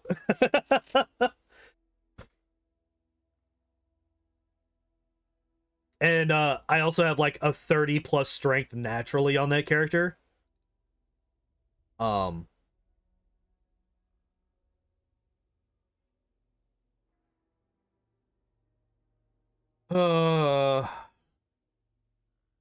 Why would you pick this? Shielded caster would be fine because you actually do get the bonus regardless of whether or not you are actually using a shield. Back to back would be good because it's just a flat AC boost. Allied spellcaster is good because we do now have offensive spells. So we could get that +2 to con checks to overcome spell resistance. Like, why this? This is the second most useless one that is left available to us, and they chose it. The only one that's worse is coordinated maneuvers, and that's only because there's no combat maneuvers unless you're on higher difficulties. Bad. It's bad. It's bad. What does Umbral Strike do? Target takes 1d6 points of damage per caster level, maximum 20. Half of this damage is cold, and half of it is negative. The bolt shadow expands and covers the target, rendering them blind. Successful fort save halves the damage and negates the blind condition. Hooray! We have yet another offensive spell that focuses on fort saves. It's also another necromancy spell, which we have literally... Well, it doesn't matter what kind of spell it is. We have no feats to boost any offensive spell use whatsoever. Hooray. So good. Oh, hey, look at that. We did. And it is actually one of the better ones. Sickening Critical is actually really, really good. If you're only going to be taking one critical feat, I would say Sickening Critical is probably the best. Level 6 casters should just be buff heals. I agree. Especially since this is a melee character. Most of the spells that they take should be buff spells for themselves. Like, as many personal buffs that help their survivability and damage. Never overcoming spell resistance. Not once ever. Because you have nothing. Fucking extend spell. I mean, I guess if you're going for buffs, extend spell's fine. I don't know. Like, this is fucking weird. I don't like it. None of this is good. This is Sickening Critical is fine. The only other thing that I would probably have said is go Tiring instead of Extra Bane. Go Tiring and then Exhausting at level 19. Exhausting is the best of the critical feats. Literally a -6 to like strength, dex, and con or something like that. At least 2 of those is a -6. I think it might be dex and con or something. I can't remember. It's been a long time. Been a long time since I've been exhausted in video game. In real life it's a daily thing, but you know. Cure Light Wounds Mask. Congratulations on picking a shit spell. Why didn't they take spell resist? Permanent debuff exhausted. My life. And then level 20. Oh, hey, look at that. We got that odd numbered. Yep, that's super cool. Protection from energy communal. That's actually fine.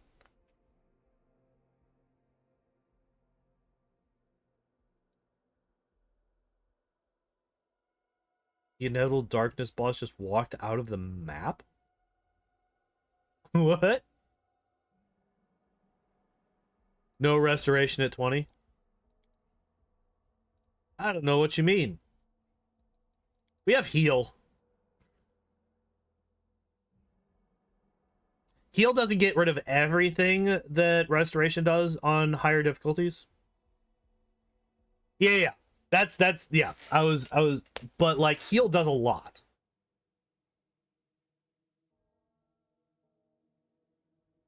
So many summons that I kind of made him buy himself. Cleanse. Spell cures 48 points of damage plus 1 point per cast level, maximum 25, and ends any and all of the following adverse conditions. Ability damage, blinded, confused, dazzled, diseased, exhausted, fatigued, nauseated, poisoned, and sickened. But it's only personal.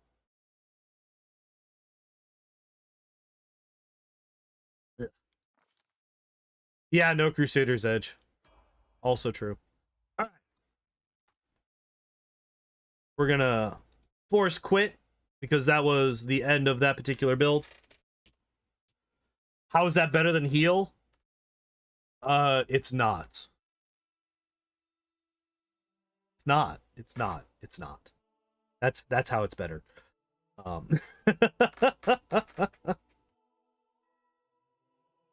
Oh, that build. Okay.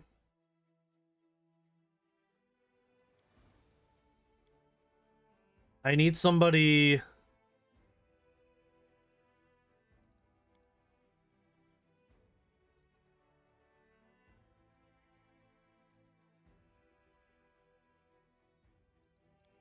All right, let's load into this one. Yeah, this one wasn't as insulting as some of the other ones, like the what was it? It was a strength-based character that took weapon finesse. Or no, it was a ranged character. The ranger or the hunter from last week. Go away, we already did this. We literally just did this. Yeah. Okay.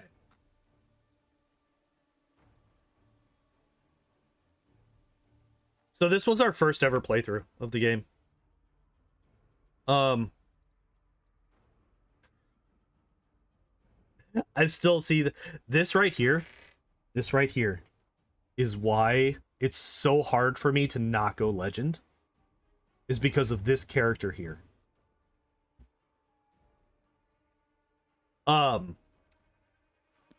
This save, by the way, is right after I one-shot Discari with a charge from this character.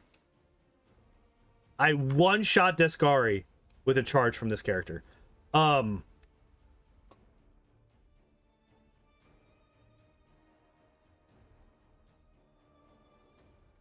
yeah, I am not currently legendary proportioned.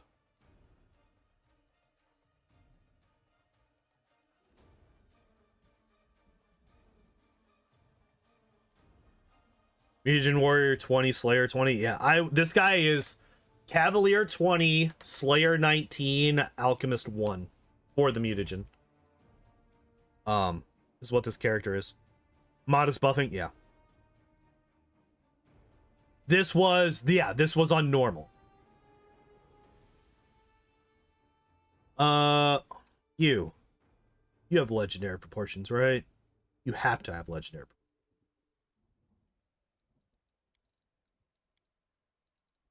What do you mean you don't have legendary proportions? Is it you? You have legendary proportions, and also we are out of... Okay. So what we're doing here is we need to find a rest spot. Oh, literally right here works.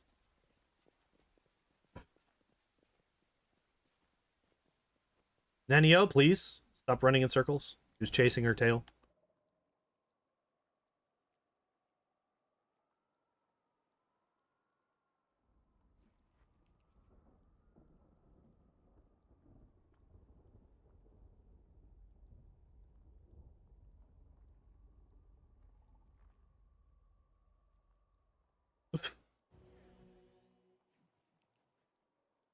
All right.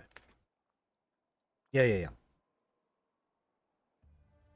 Okay, so testing. If I am legendary proportioned...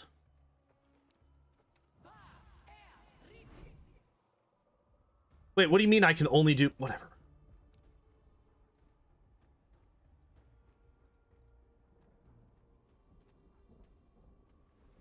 Wait, why can I... Wait, what the fuck? Why can't I cast this?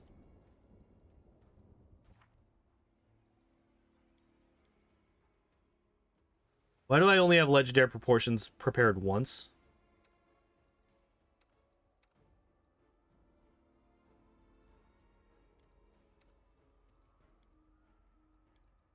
What the fuck was I doing with these builds?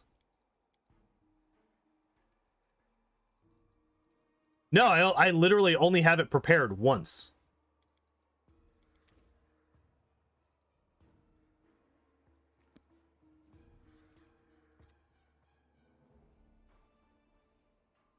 All right.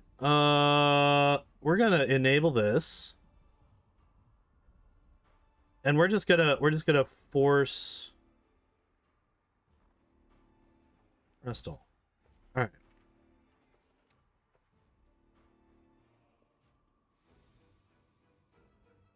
Hello? Thank you. Why am I not able... Whatever. All right.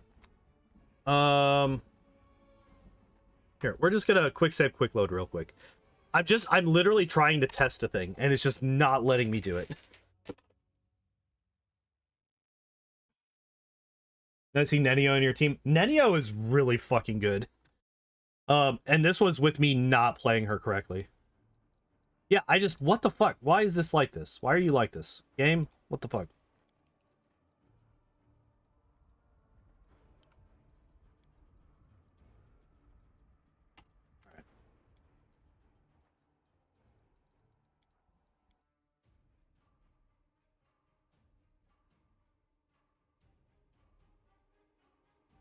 Why everyone hate on Nenio? I could definitely understand why people would be annoyed with Nenio. She can be a very irritating character. All right, you.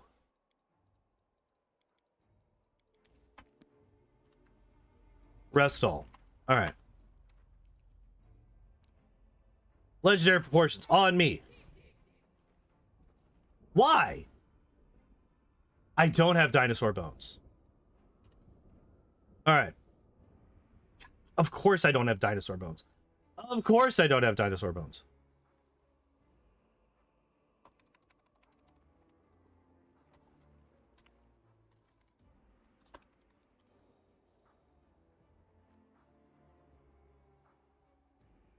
It's gonna take us a minute because it's got to load literally everything in the video game.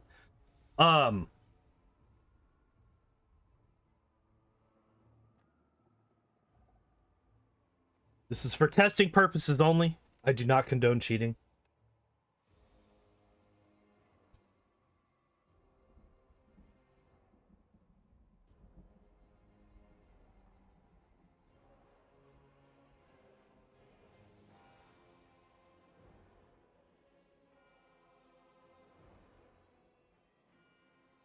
Wait, what?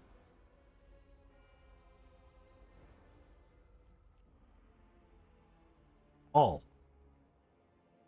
Fuck do you mean facts? Get out of here.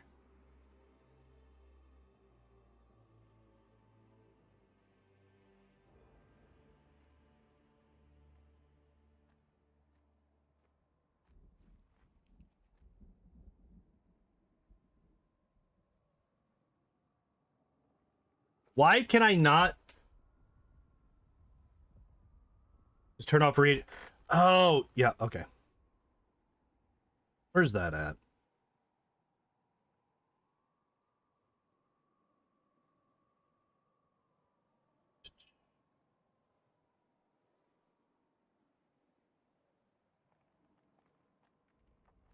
Uh,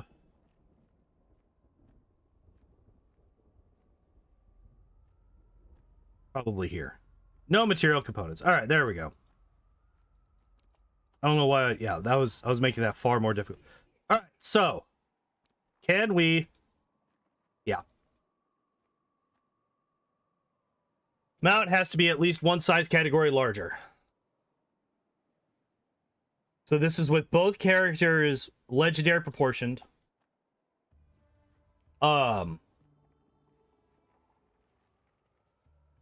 Yeah, if you can't tell, I don't really use.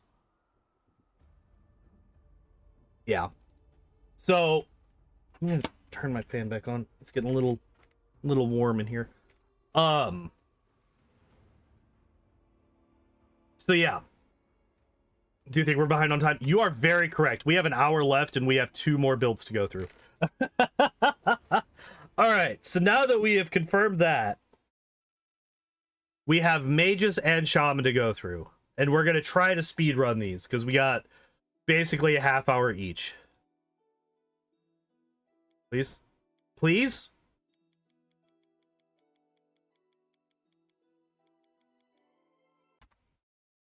All right. Game's being fucky. We're going to just reset the whole thing.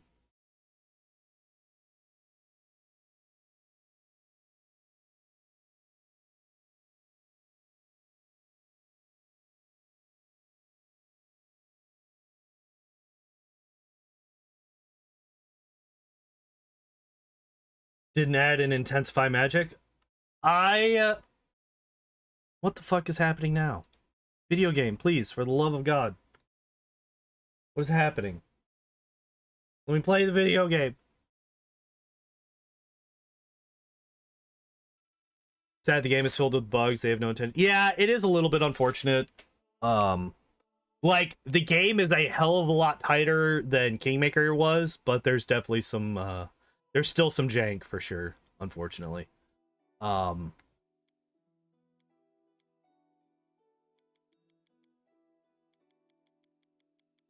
Speaking of jank, what the fuck?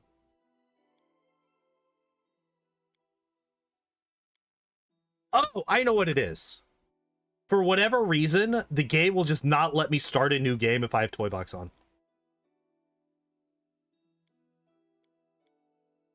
Yeah, I'm gonna have to restart with Toy Box off. That's what was happening. Yeah, I don't know what the deal is. As far as I know, I have the most updated version of Toy Box, and that's just a thing that happens.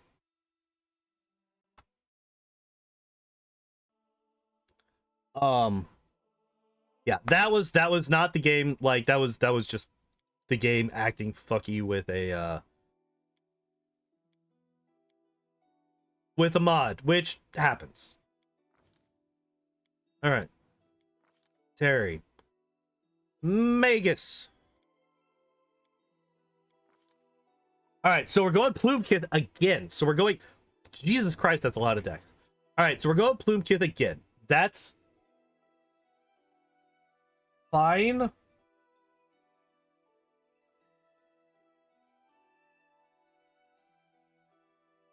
Yeah, there's think you mean better here, but not bad. Every auto build is ASMR. Every single one. Magus likes feats, yeah. And there it is again.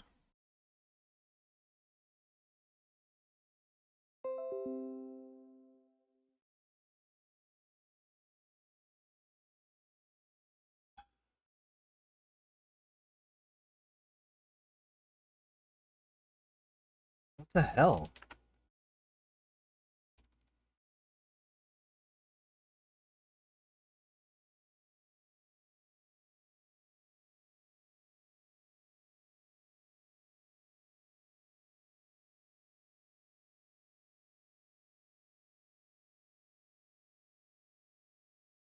Oh, am I actually back this time? Hooray!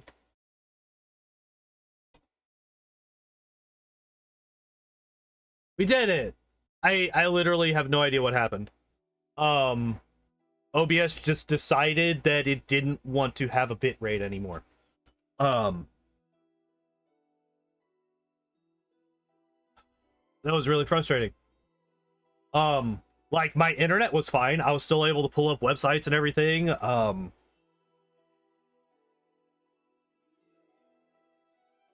I don't know. All right, we're gonna try. We're gonna try and get through this. Scholar, we get scribe scrolls as bonus feat. Hooray, I guess. What class? So we got UMD, Knowledge Arcana, Knowledge World, Athletics, Persuasion. So we don't gain any bonus skills here. OBS hates the mages. OBS hates me periodically for no reason, and I don't know why.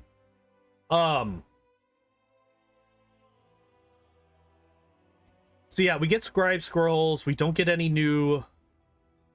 Pickpocket is always better. Pickpocket is almost universally better. Dex of 20, intelligence of 16, con of 12, wisdom of 12, charisma of 7, strength of 10. If we are gonna be going a dex build,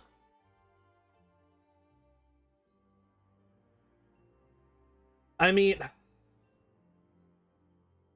like the min-maxer in me is like that 10 strength could be a 7. That 10 strength could be a 7. Where's the int?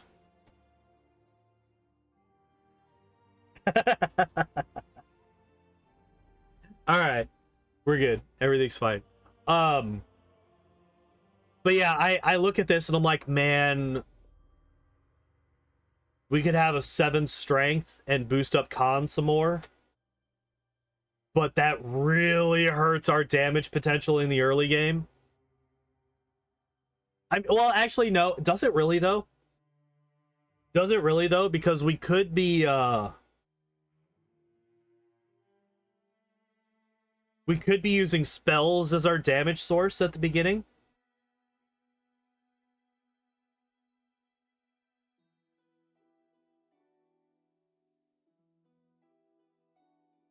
So, and the spells would not be, affected by the -2.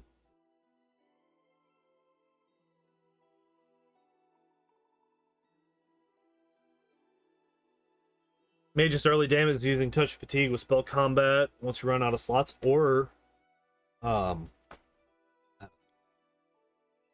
do we get? Mobility, which is fine. I'm actually kind of okay with mobility here as a melee character. You could fight defensively once you get 3 ranks into it. We got Knowledge Arcana, Knowledge World. Those are both fine. UMD.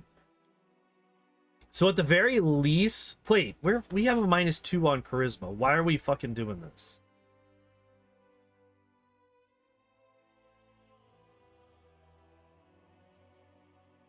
Not using weapon finesse is almost always better. Sir, you get out of here. Go strength if you can in a build. It's a lot easier to boost strength and dex in the game.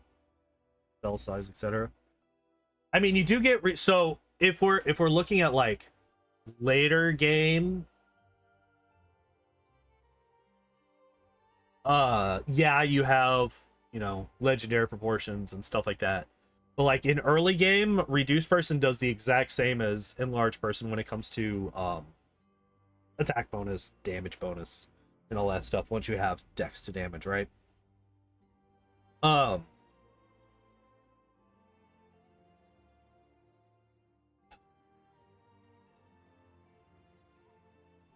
They definitely, strength definitely has its tricks to reduce.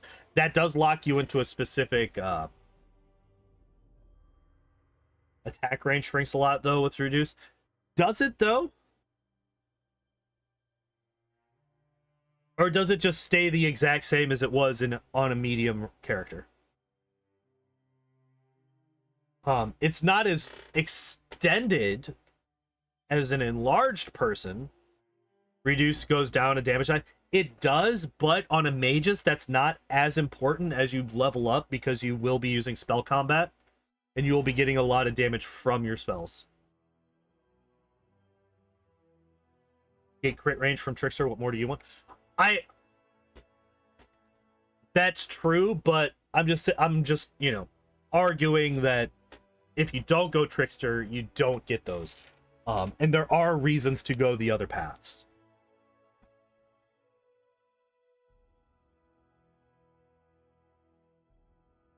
Yeah, but how do I say that? Like, I guess what I'm saying is not getting an extension in range is not the same as losing range, right? Because your range is still the same as it would be if you were still your normal size, right?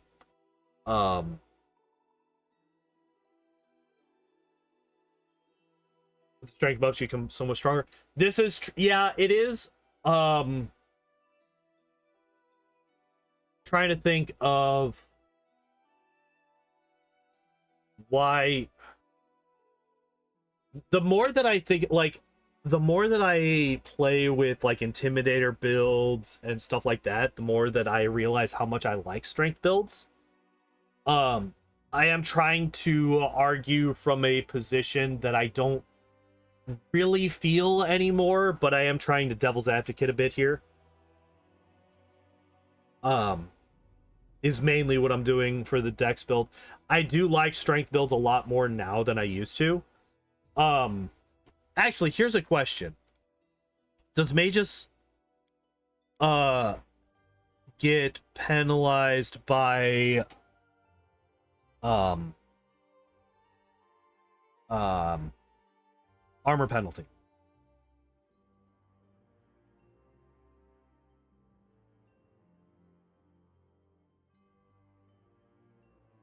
Magus wearing heavy armor, medium armor, or a shield incurs a chance of arcane spell failure. Okay, so yeah, medium, heavy armor, or a shield does incur arcane spell failure chance. So that does incentivize you to have a higher dex because you can only really wear light armor, and you are kind of forced to be in the there might be something later on that removes that. Oh yeah, arcane medium armor. Oh yeah, you do. Okay. Archmage's armor is just going to be better.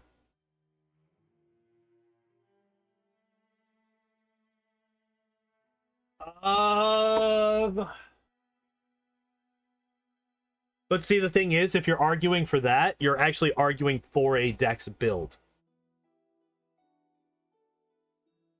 In a way, right?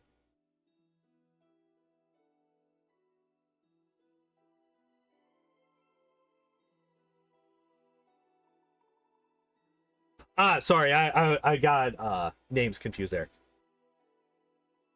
God damn it, you're right. We don't have time. I like really want to deep dive into this because this is an interesting conversation. But we don't really have... Yeah, I'm already halfway through my time for Magus, and we're already only on level 1. Let's see, we get enlarged person, corrosive touch, shield, shocking grasp, and reduced person.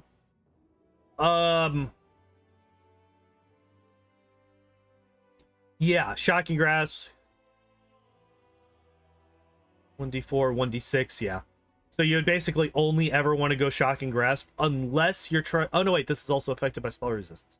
Interesting. Most conjuration spells are not. Kind of weird that this one is. But yeah, you're basically going to want to spam shocking grasp once you buff yourself, obviously. And then once you run out of level 1 spells, you go down to your cantrips. You do acid splash if you want to go damage, touch of fatigue if you're trying to do that. Although touch of fatigue...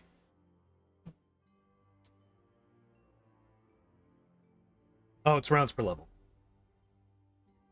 Touch fatigue will do more damage because you can spell combat with it. Can you not with spell acid splash?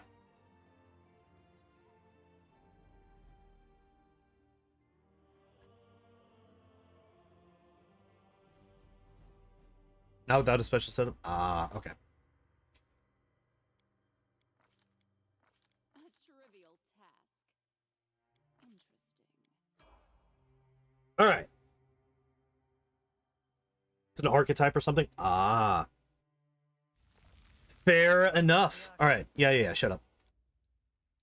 Speedrun. Oh. Oh yeah, we did look at this. Mobility, Knowledge Arcana, Knowledge World, UMD as a secondary one because we have an odd number intelligence mod for now.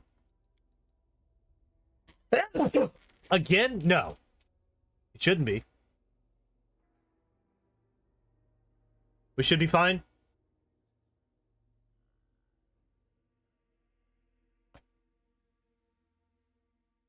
Don't scare me like that. Don't scare me like that. Expeditious Retreat and Magic Missile. I feel like these are somewhat counterintuitive. Could do something like Vanish. Or Magic Weapon. I think Magic Weapon's probably the best one here. Burning Hands is okay if you're trying to go for AoE.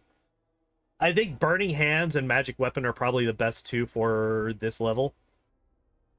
Burning Hands because the AoE potential.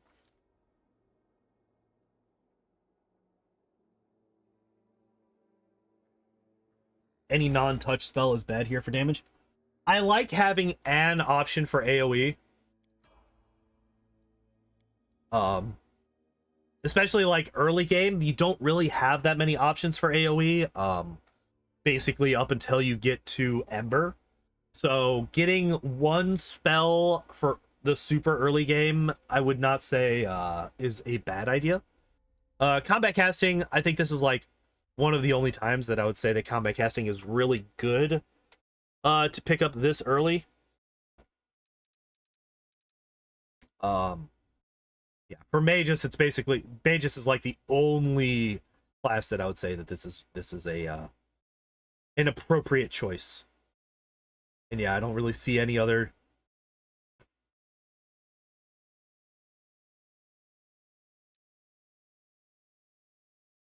I don't see any other feats that I would be like, this is definitely something you want to take over combat casting here.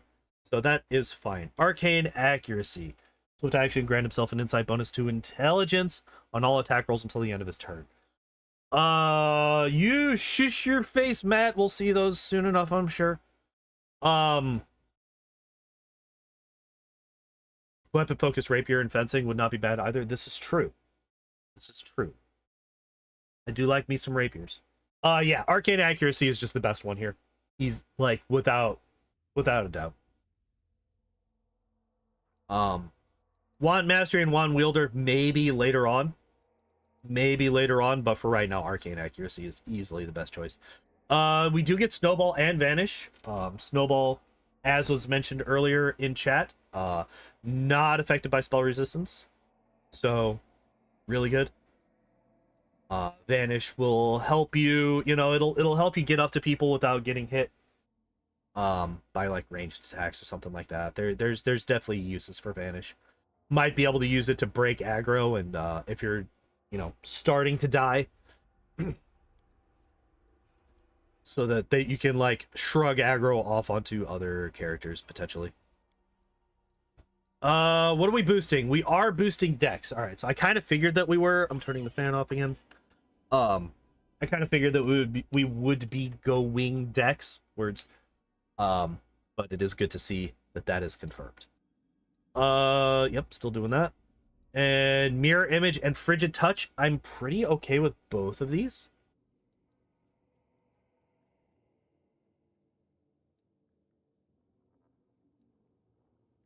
Like, the only arguable choice is Blur, I think. Instead of Mirror Image. Because Blur doesn't have the limited duration that Mirror Image... Like, yes, they're both minutes per level, but let's be honest, Mirror Image is not going to last minutes per level. Frigid Touch is guaranteed stagger. Oh, yeah. No saving throw. It is affected by spell resistance. Mirror is extremely strong for mages. Mirror is extremely strong for every fucking melee character that you can get it on. Granted, it's personal, but if you got yourself an alchemist, which I highly recommend building Woljif into. Woljif makes an incredibly strong vivisectionist. Incredibly strong vivisectionist.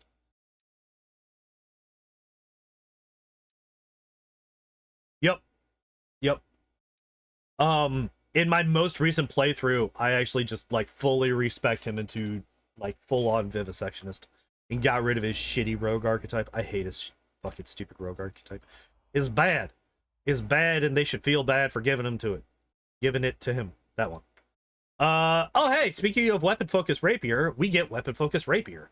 I'm really happy with this. This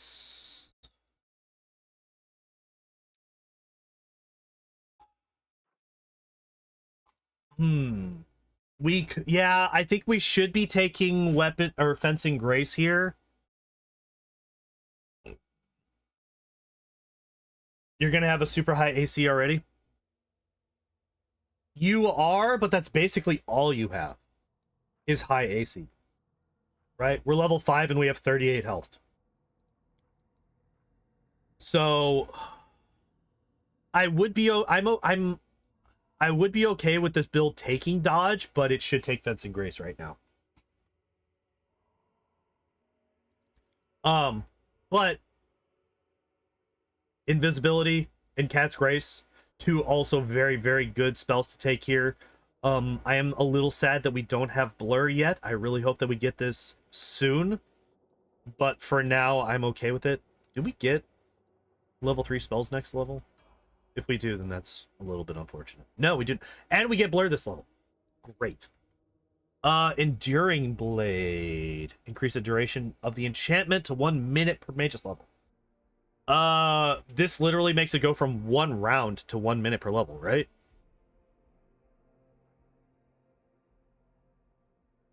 Oh no, 1 minute. It's 1 minute until 1 minute per level. Yeah, I could definitely see that in tabletop this is way worse than it is in the CRPG. But we are here for the CRPG. So.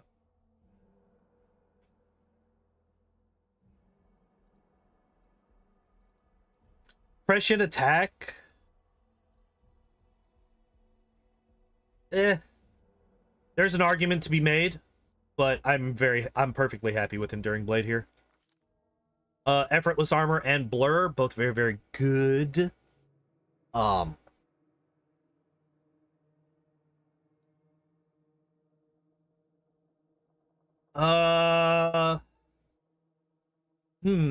aspect could be very fun.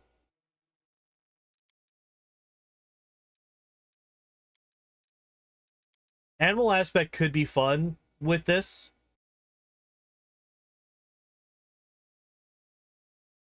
Never really used the other ones. Fair enough.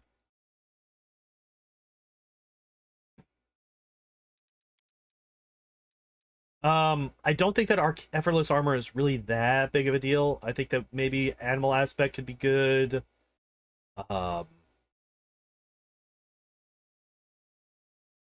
Glitter dust could be interesting. Empowered. Oh, this doesn't... Okay, so I thought that these gave you those feats. So you would still have to prep up an empowered version of the spells that you're looking for.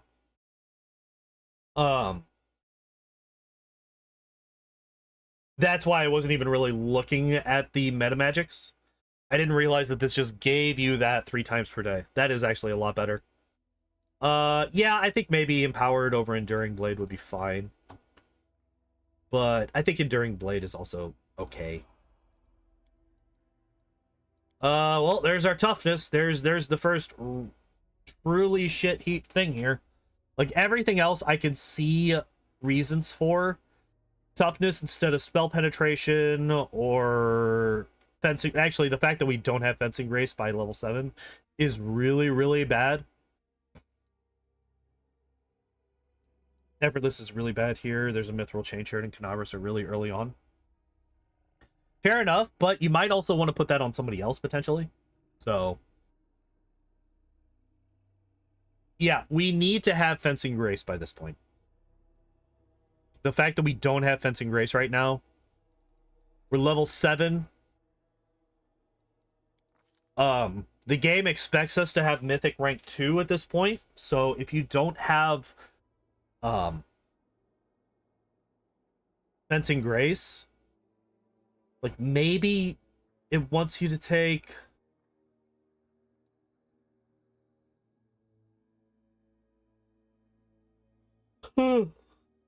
sorry. Maybe it wants you to take mythic weapon finesse. But as opposed to level 3 in regards to level 3 spells, haste and vamp touch are really good. I'm perfectly fine with either of them. I could potentially, like, arguably displacement instead of haste. And get haste from another source.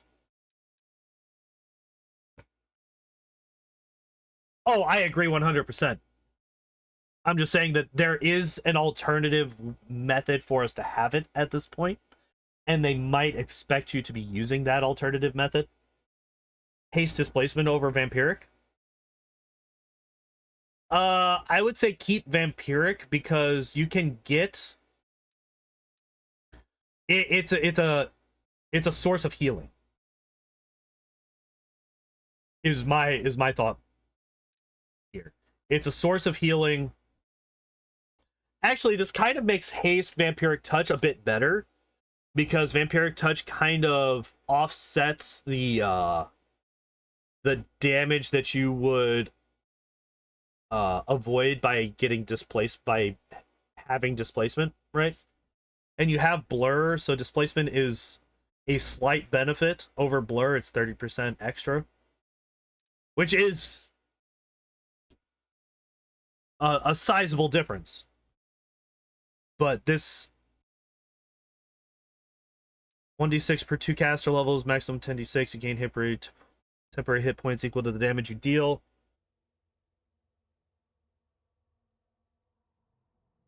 You would want displaced. They will focus you into the ground before you get a chance to heal.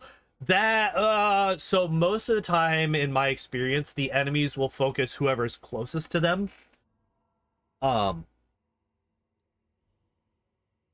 So if you have, you know, your melee line basically lined up, you should be able to spread out the damage that they're all taking. If you have one person that is faster than the others and he runs in before the others get there, then yeah, he's going to be focused down. But a lot of times they do just kind of go for whoever is closest. And sometimes they just like say, fuck it, we're going for your backline. So who knows what the fuck they do. And we do get displacement the next level. So we do get the 3 that I really want for level 3 relatively quickly. I would take Greater Magic Weapon over Lightning Bolt, though. I'm not a huge fan of Lightning Bolt on a Magus, but I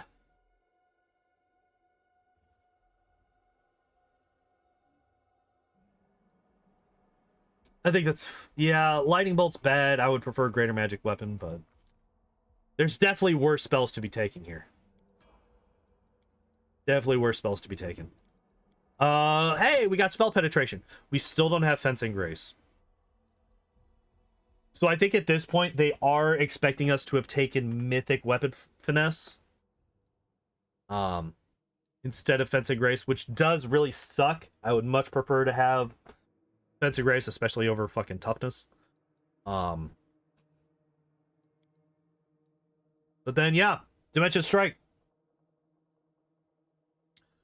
Oh yeah, melee touch attacks. Yeah, that's actually really, really fucking good. Think that expectation is wrong on the part? Yes. I agree. We definitely should have taken Fencing Grace over Toughness. Get this out of here, get Fencing Grace in. But beyond that, and like a couple of the spells being taken at the wrong levels and stuff like that. I'm not overly upset about this particular build so far. Actually, okay, so talking about this, having both Fireball and actually, if we look at all of the different sources of damage that we have cold, electric, we do also have acid, lightning, fire,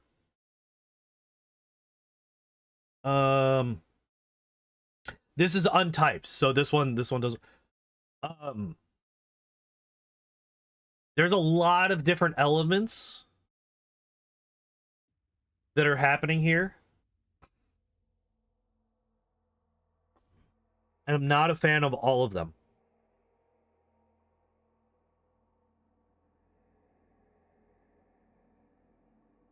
I would take Greater Magic Weapon and Dispel Magic, most likely. I think Shapeshifter is a nice combo. That is true. I would say that we would need to get Natural Spell at that point as well, which does require us to get another feat.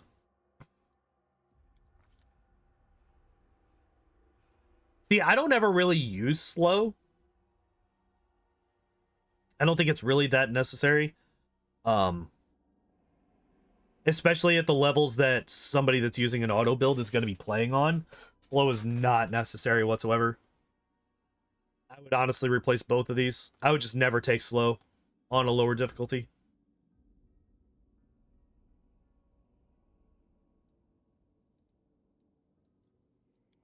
But yeah, I think both of those spells are bad, but overall this build is still pretty solid. We get Stone Skin and Greater Invis. I think both of these are fine. Wait, did we ever get to... We did get Displacement, right? Yes, we did. That does kind of make Greater Invisibility a little bit redundant.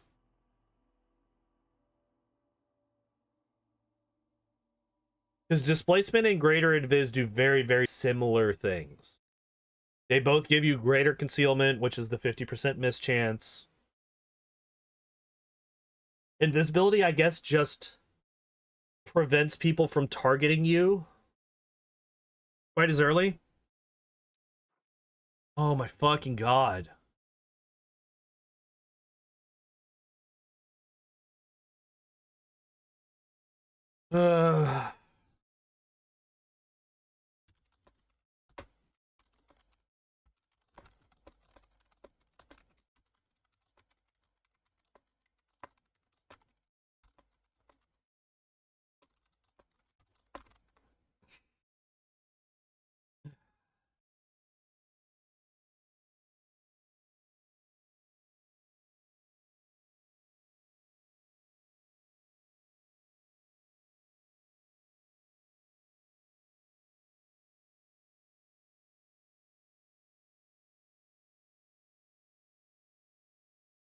Now we have all of the bitrate forever. Issue with Displacement is that it takes up one of your offense slots. That is true. That is true. Displacement does take up a spell slot in the very important level 3 spell level.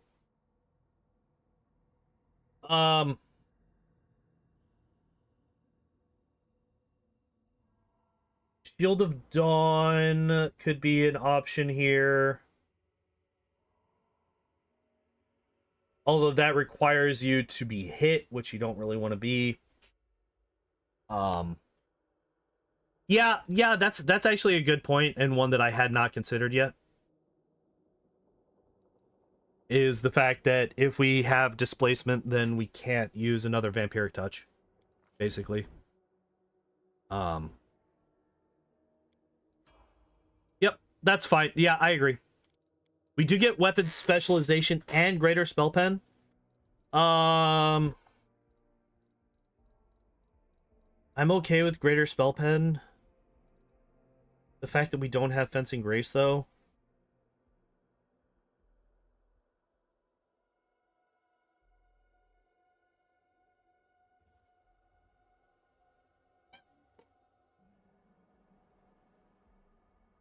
Hmm.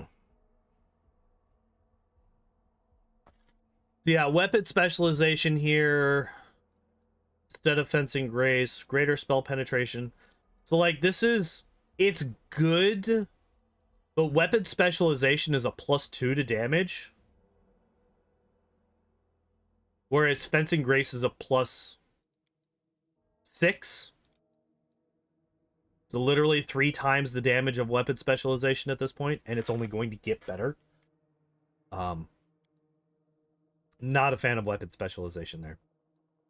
Dimension Door is fine. Dragon's Breath is... Shield of Dawn is another option here. We could also downgrade to level 3 or level 2, get some Dispel Magic or some Animal Aspect or Beast Shape or any of those. Actually, what I would do is I would get Animal Aspect, and then that's when I would get Master Shapeshifter, right? Because it's as long as you're under a polymorph effect, and Animal Aspect counts as that polymorph effect. So I would actually take that instead of Beast Shape, so that I could still be using whatever weapons I need to be using. Rapiers in this case. Go back to the Mage's feats.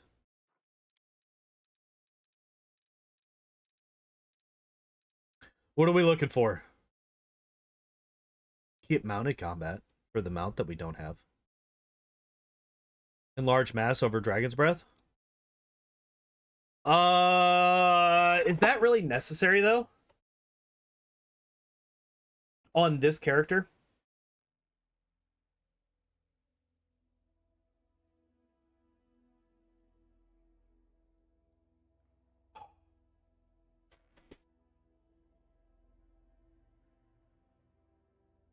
I mean, I guess.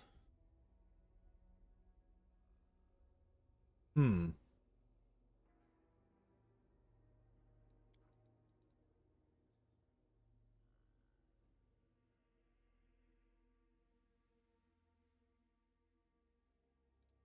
Literally any of the...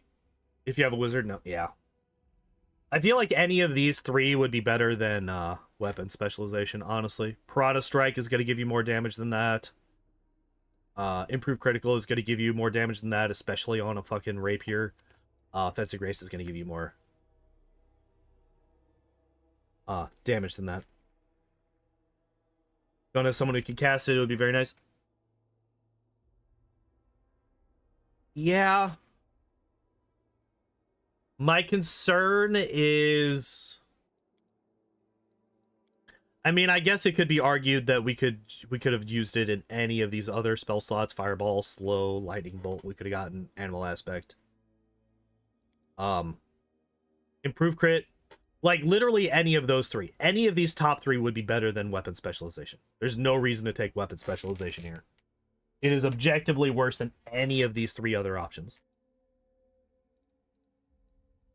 I'm actually, like, kind of upset that we have that right now. 23, Ghost Blade.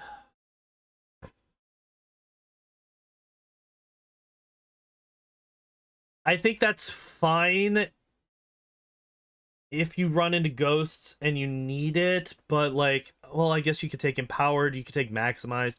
Yeah, I guess you would want to take Empowered or Maximized at this point instead of that.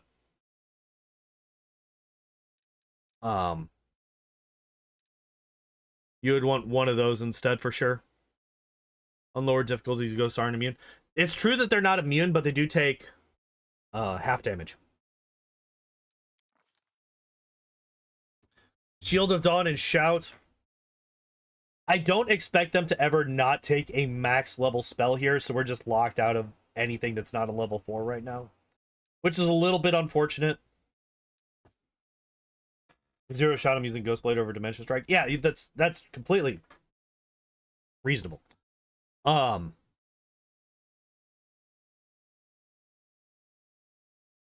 yeah. That's the thing. I don't like those spells. But in regards to it being an auto build, no, there's not that many ghosts. I can't really think of that many at all. Outside of Winter Sun. Winter Sun has those ghosts. We get Meta Magic Maximize normally. Okay, I don't like that.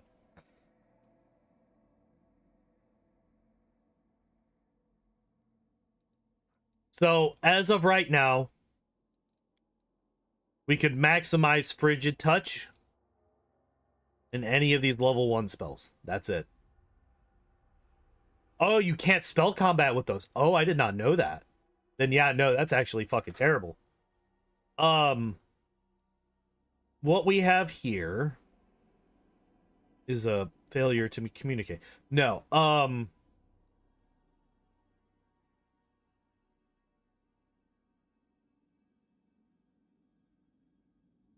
yeah. Yeah, Matt, that's very, yeah. Because at level 12, you're like finishing up the last bits before you go into Illusionira.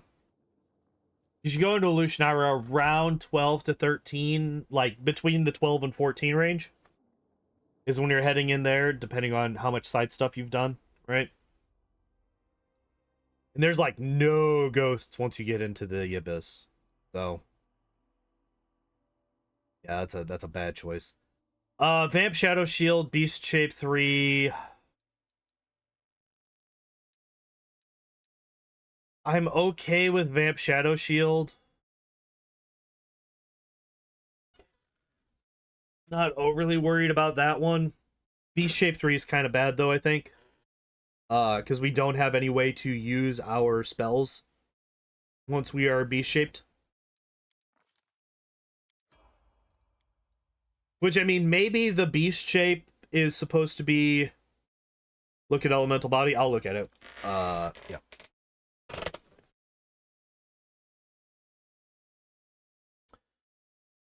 Cast a spell, you assume the form of a medium air elemental, medium earth elemental, medium fire elemental. Yeah, you gain the abilities of a medium elemental. Depend on the type of elemental into which you change. Elemental abilities based on size, use the size of the elemental you transform into to determine their effect. Yeah, it's not genie kind. Yeah, if it was genie kind, that'd be one thing, but it is not. And then we have more conjuration and evocation. I mean, like, what other level 5s do we have? We got Elemental Body, Fire Snake, Cloud Kill, and Baleful Polymorph. None of those are going to be really that good either. So there's just not really that many good level 5 spells.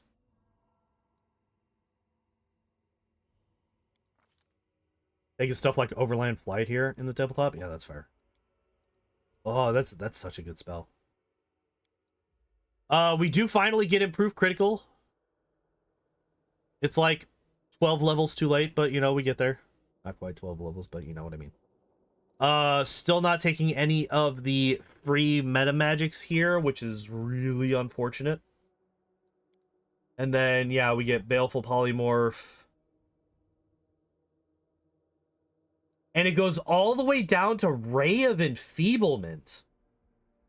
I was like, I do not recognize this spell. It's because it's fucking Ray of fucking Enfeeblement. So remember how like 10 minutes ago I was saying, yeah, I don't think they're ever going to go down a spell level. They went down 4 spell levels. Yeah, they should have taken Animal Aspect or Animal Aspect Greater. Greater Magic Weapon is still here. Dispel Magic is still here. Bear's Endurance. We did get Cat's Grace, so we can't pick that up. Glitter Dust is always fun. There's a lot of options outside.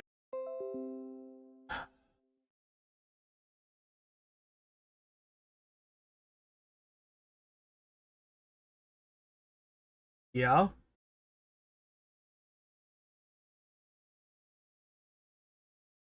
So my internet is still usable.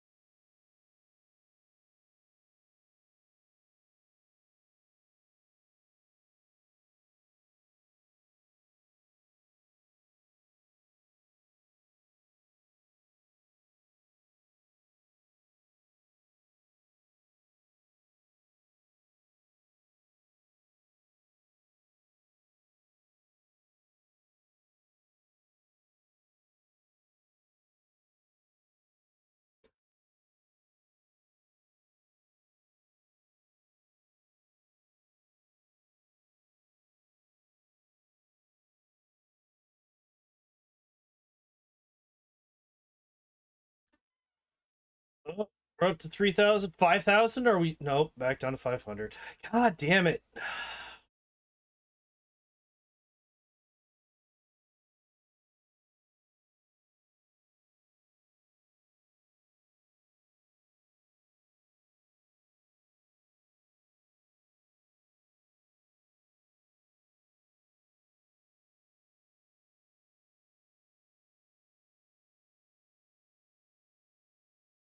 What the f-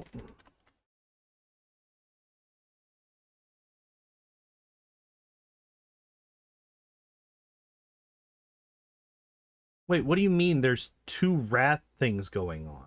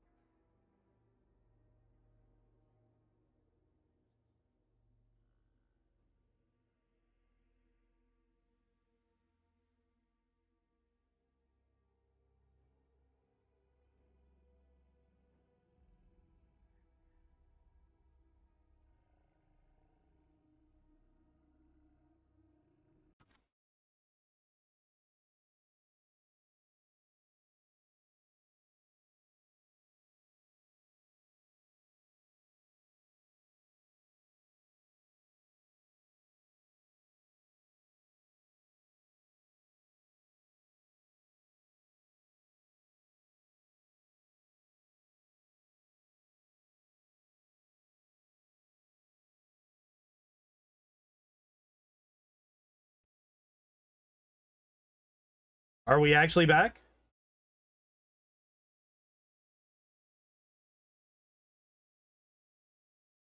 Let's see what happens if I open this. Let's not do that. Let's go to live.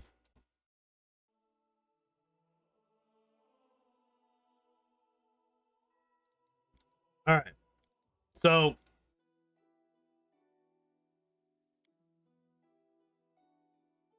viewers will experience buffering. They shouldn't be. My fucking bit rate is a billion miles an hour right now for no reason. All right. So what we're gonna do is we are just gonna go through the mages. I quit out. Jesus Christ, Magus auto build difficulty is a 5-star. I'll take care of it. And I'm just gonna get back up to level 16, which is where we were. We were at level 16.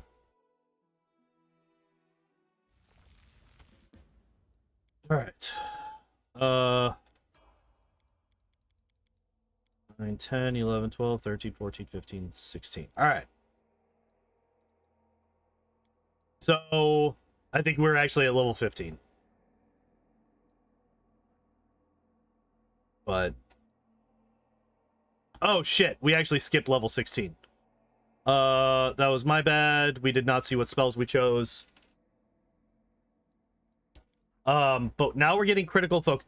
Okay, so we're allowed. Okay, so this build definitely expects you to get mythic weapon finesse or weapon. Yeah, mythic weapon finesse. This build definitely 100% expects you to get that, which is really unfortunate because there's no way to tell whether or not this build expects you to get that. And like you would think that they would take fencing grace at some point, but they do not. They do not take fencing grace at some point. But whatever, I guess. We still don't have greater weapon focus. We still don't have piranha strike. Critical focus is fine now that we have improved critical on a 15 to 20 crit range weapon. Critical focus is fine because that's just, you know, a 20% extra chance to get extra damage in. We now have our second meta magic spell, which we apparently cannot combo with what is it? Spell combat?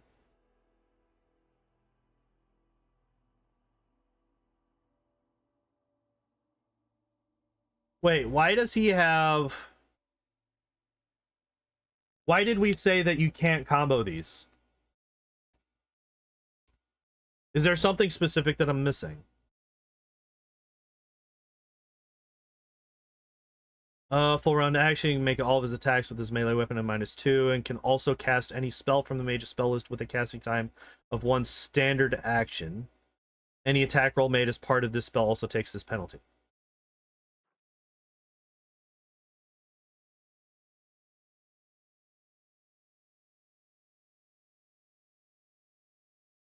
Why were we saying that we could not use meta magic spells with spell combat?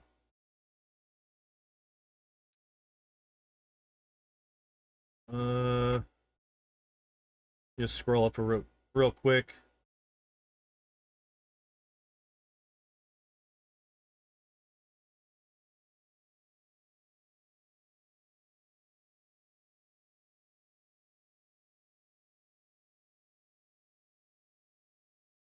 What? Wait, the fuck? Why did that?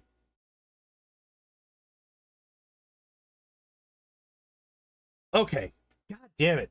I don't know what the hell just happened.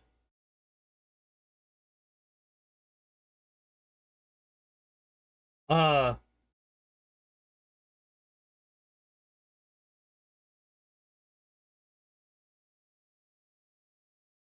you gotta be kidding me. All right, we're just gonna run through. We're gonna run through. We got Meta Magic Quicken. We got Sirocco and Transformation. I don't like Transformation because it prevents you from casting spells while you are transformed.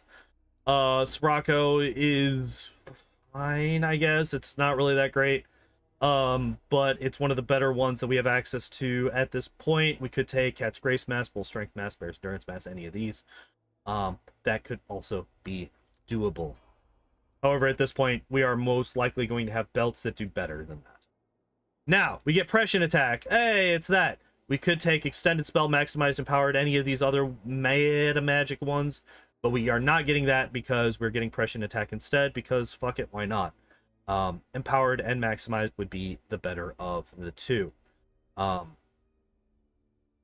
Who said it? Somebody was saying something along the lines of Empower is better than Maximize.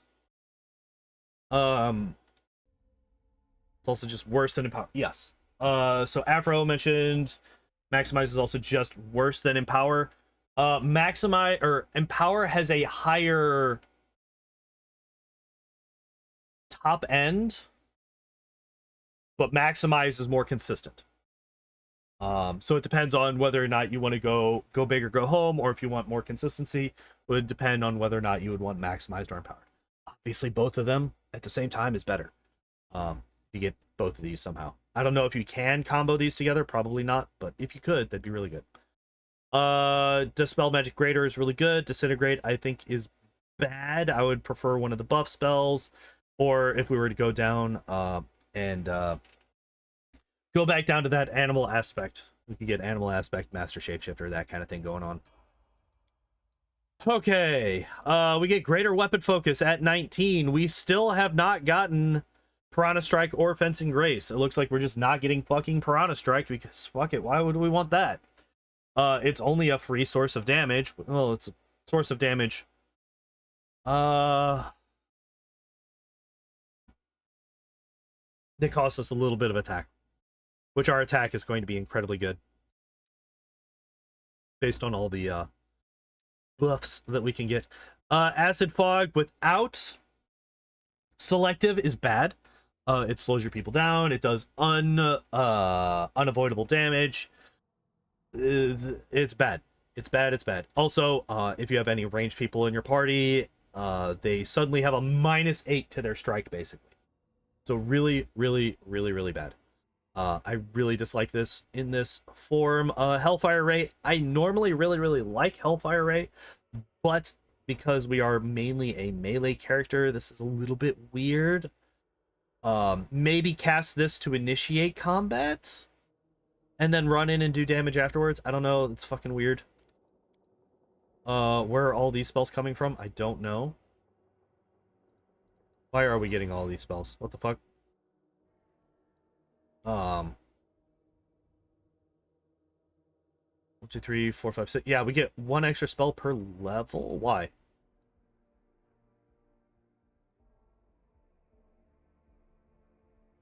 Oh, okay. So we get mage armor. Wait, is mage armor not on your spell list normally? There's no way. No, it is. Whatever. Anyway. We get heroism, which is whatever. Yeah, none of these are really that great. You do get a large Smilodon. Shame no toughness. We got toughness a while ago, I believe. Yeah, we got toughness at level 7, sir. I need you to pay attention. Level 20. What do we get at level 20? We get an odd numbered dex. Yay! And we also get True Shreeing and Umbral Strike. True Shreeing. Yep. These are also... True Seeing is fine, I guess. Umbral Strike. Not so much. We did it! We got 2 out of the 3 builds done. Part of that is my fault. Part of that is because OBS sucks today, and I don't know what the fuck the problem is. I think we lost a good 15 minutes today due to OBS just refusing to fucking reconnect. And, like, the problem is that it's not my internet. My internet is fine. My internet stays connected during those... Like, I was able to look up... Like, I was fucking looking up on OBS's forums, trying to find different potential things. Unfortunately, none of them are something that I could do while streaming. It's literally just OBS is refusing to fucking work. And I don't know why. It did this on Friday and Saturday. Like, that's why I didn't stream on Saturdays, because my internet and OBS. I don't know if it was my internet or OBS on Saturday. I can't fucking remember, but I just got really fucking frustrated and just said to hell with it. But there's one other thing that I wanted to show off today. It is something that I mentioned last Friday on stream, and it came in the mail today, and I mentioned it on my Discord as well, but it's a fair bit bigger than I was expecting it to be. The box is basically as big as I am. Thing's kind of fucking massive. But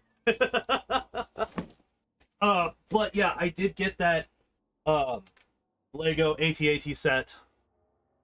Fortunately, there was a payment plan option for it. I'll be paying $44 a month for 2 years to pay that thing off, but I got it, and I'm very, very happy that I bought it. I do plan on putting it together at least... I don't know if I'm going to do it all on stream, but at least part of it will be done on stream. I don't know when, but it will happen.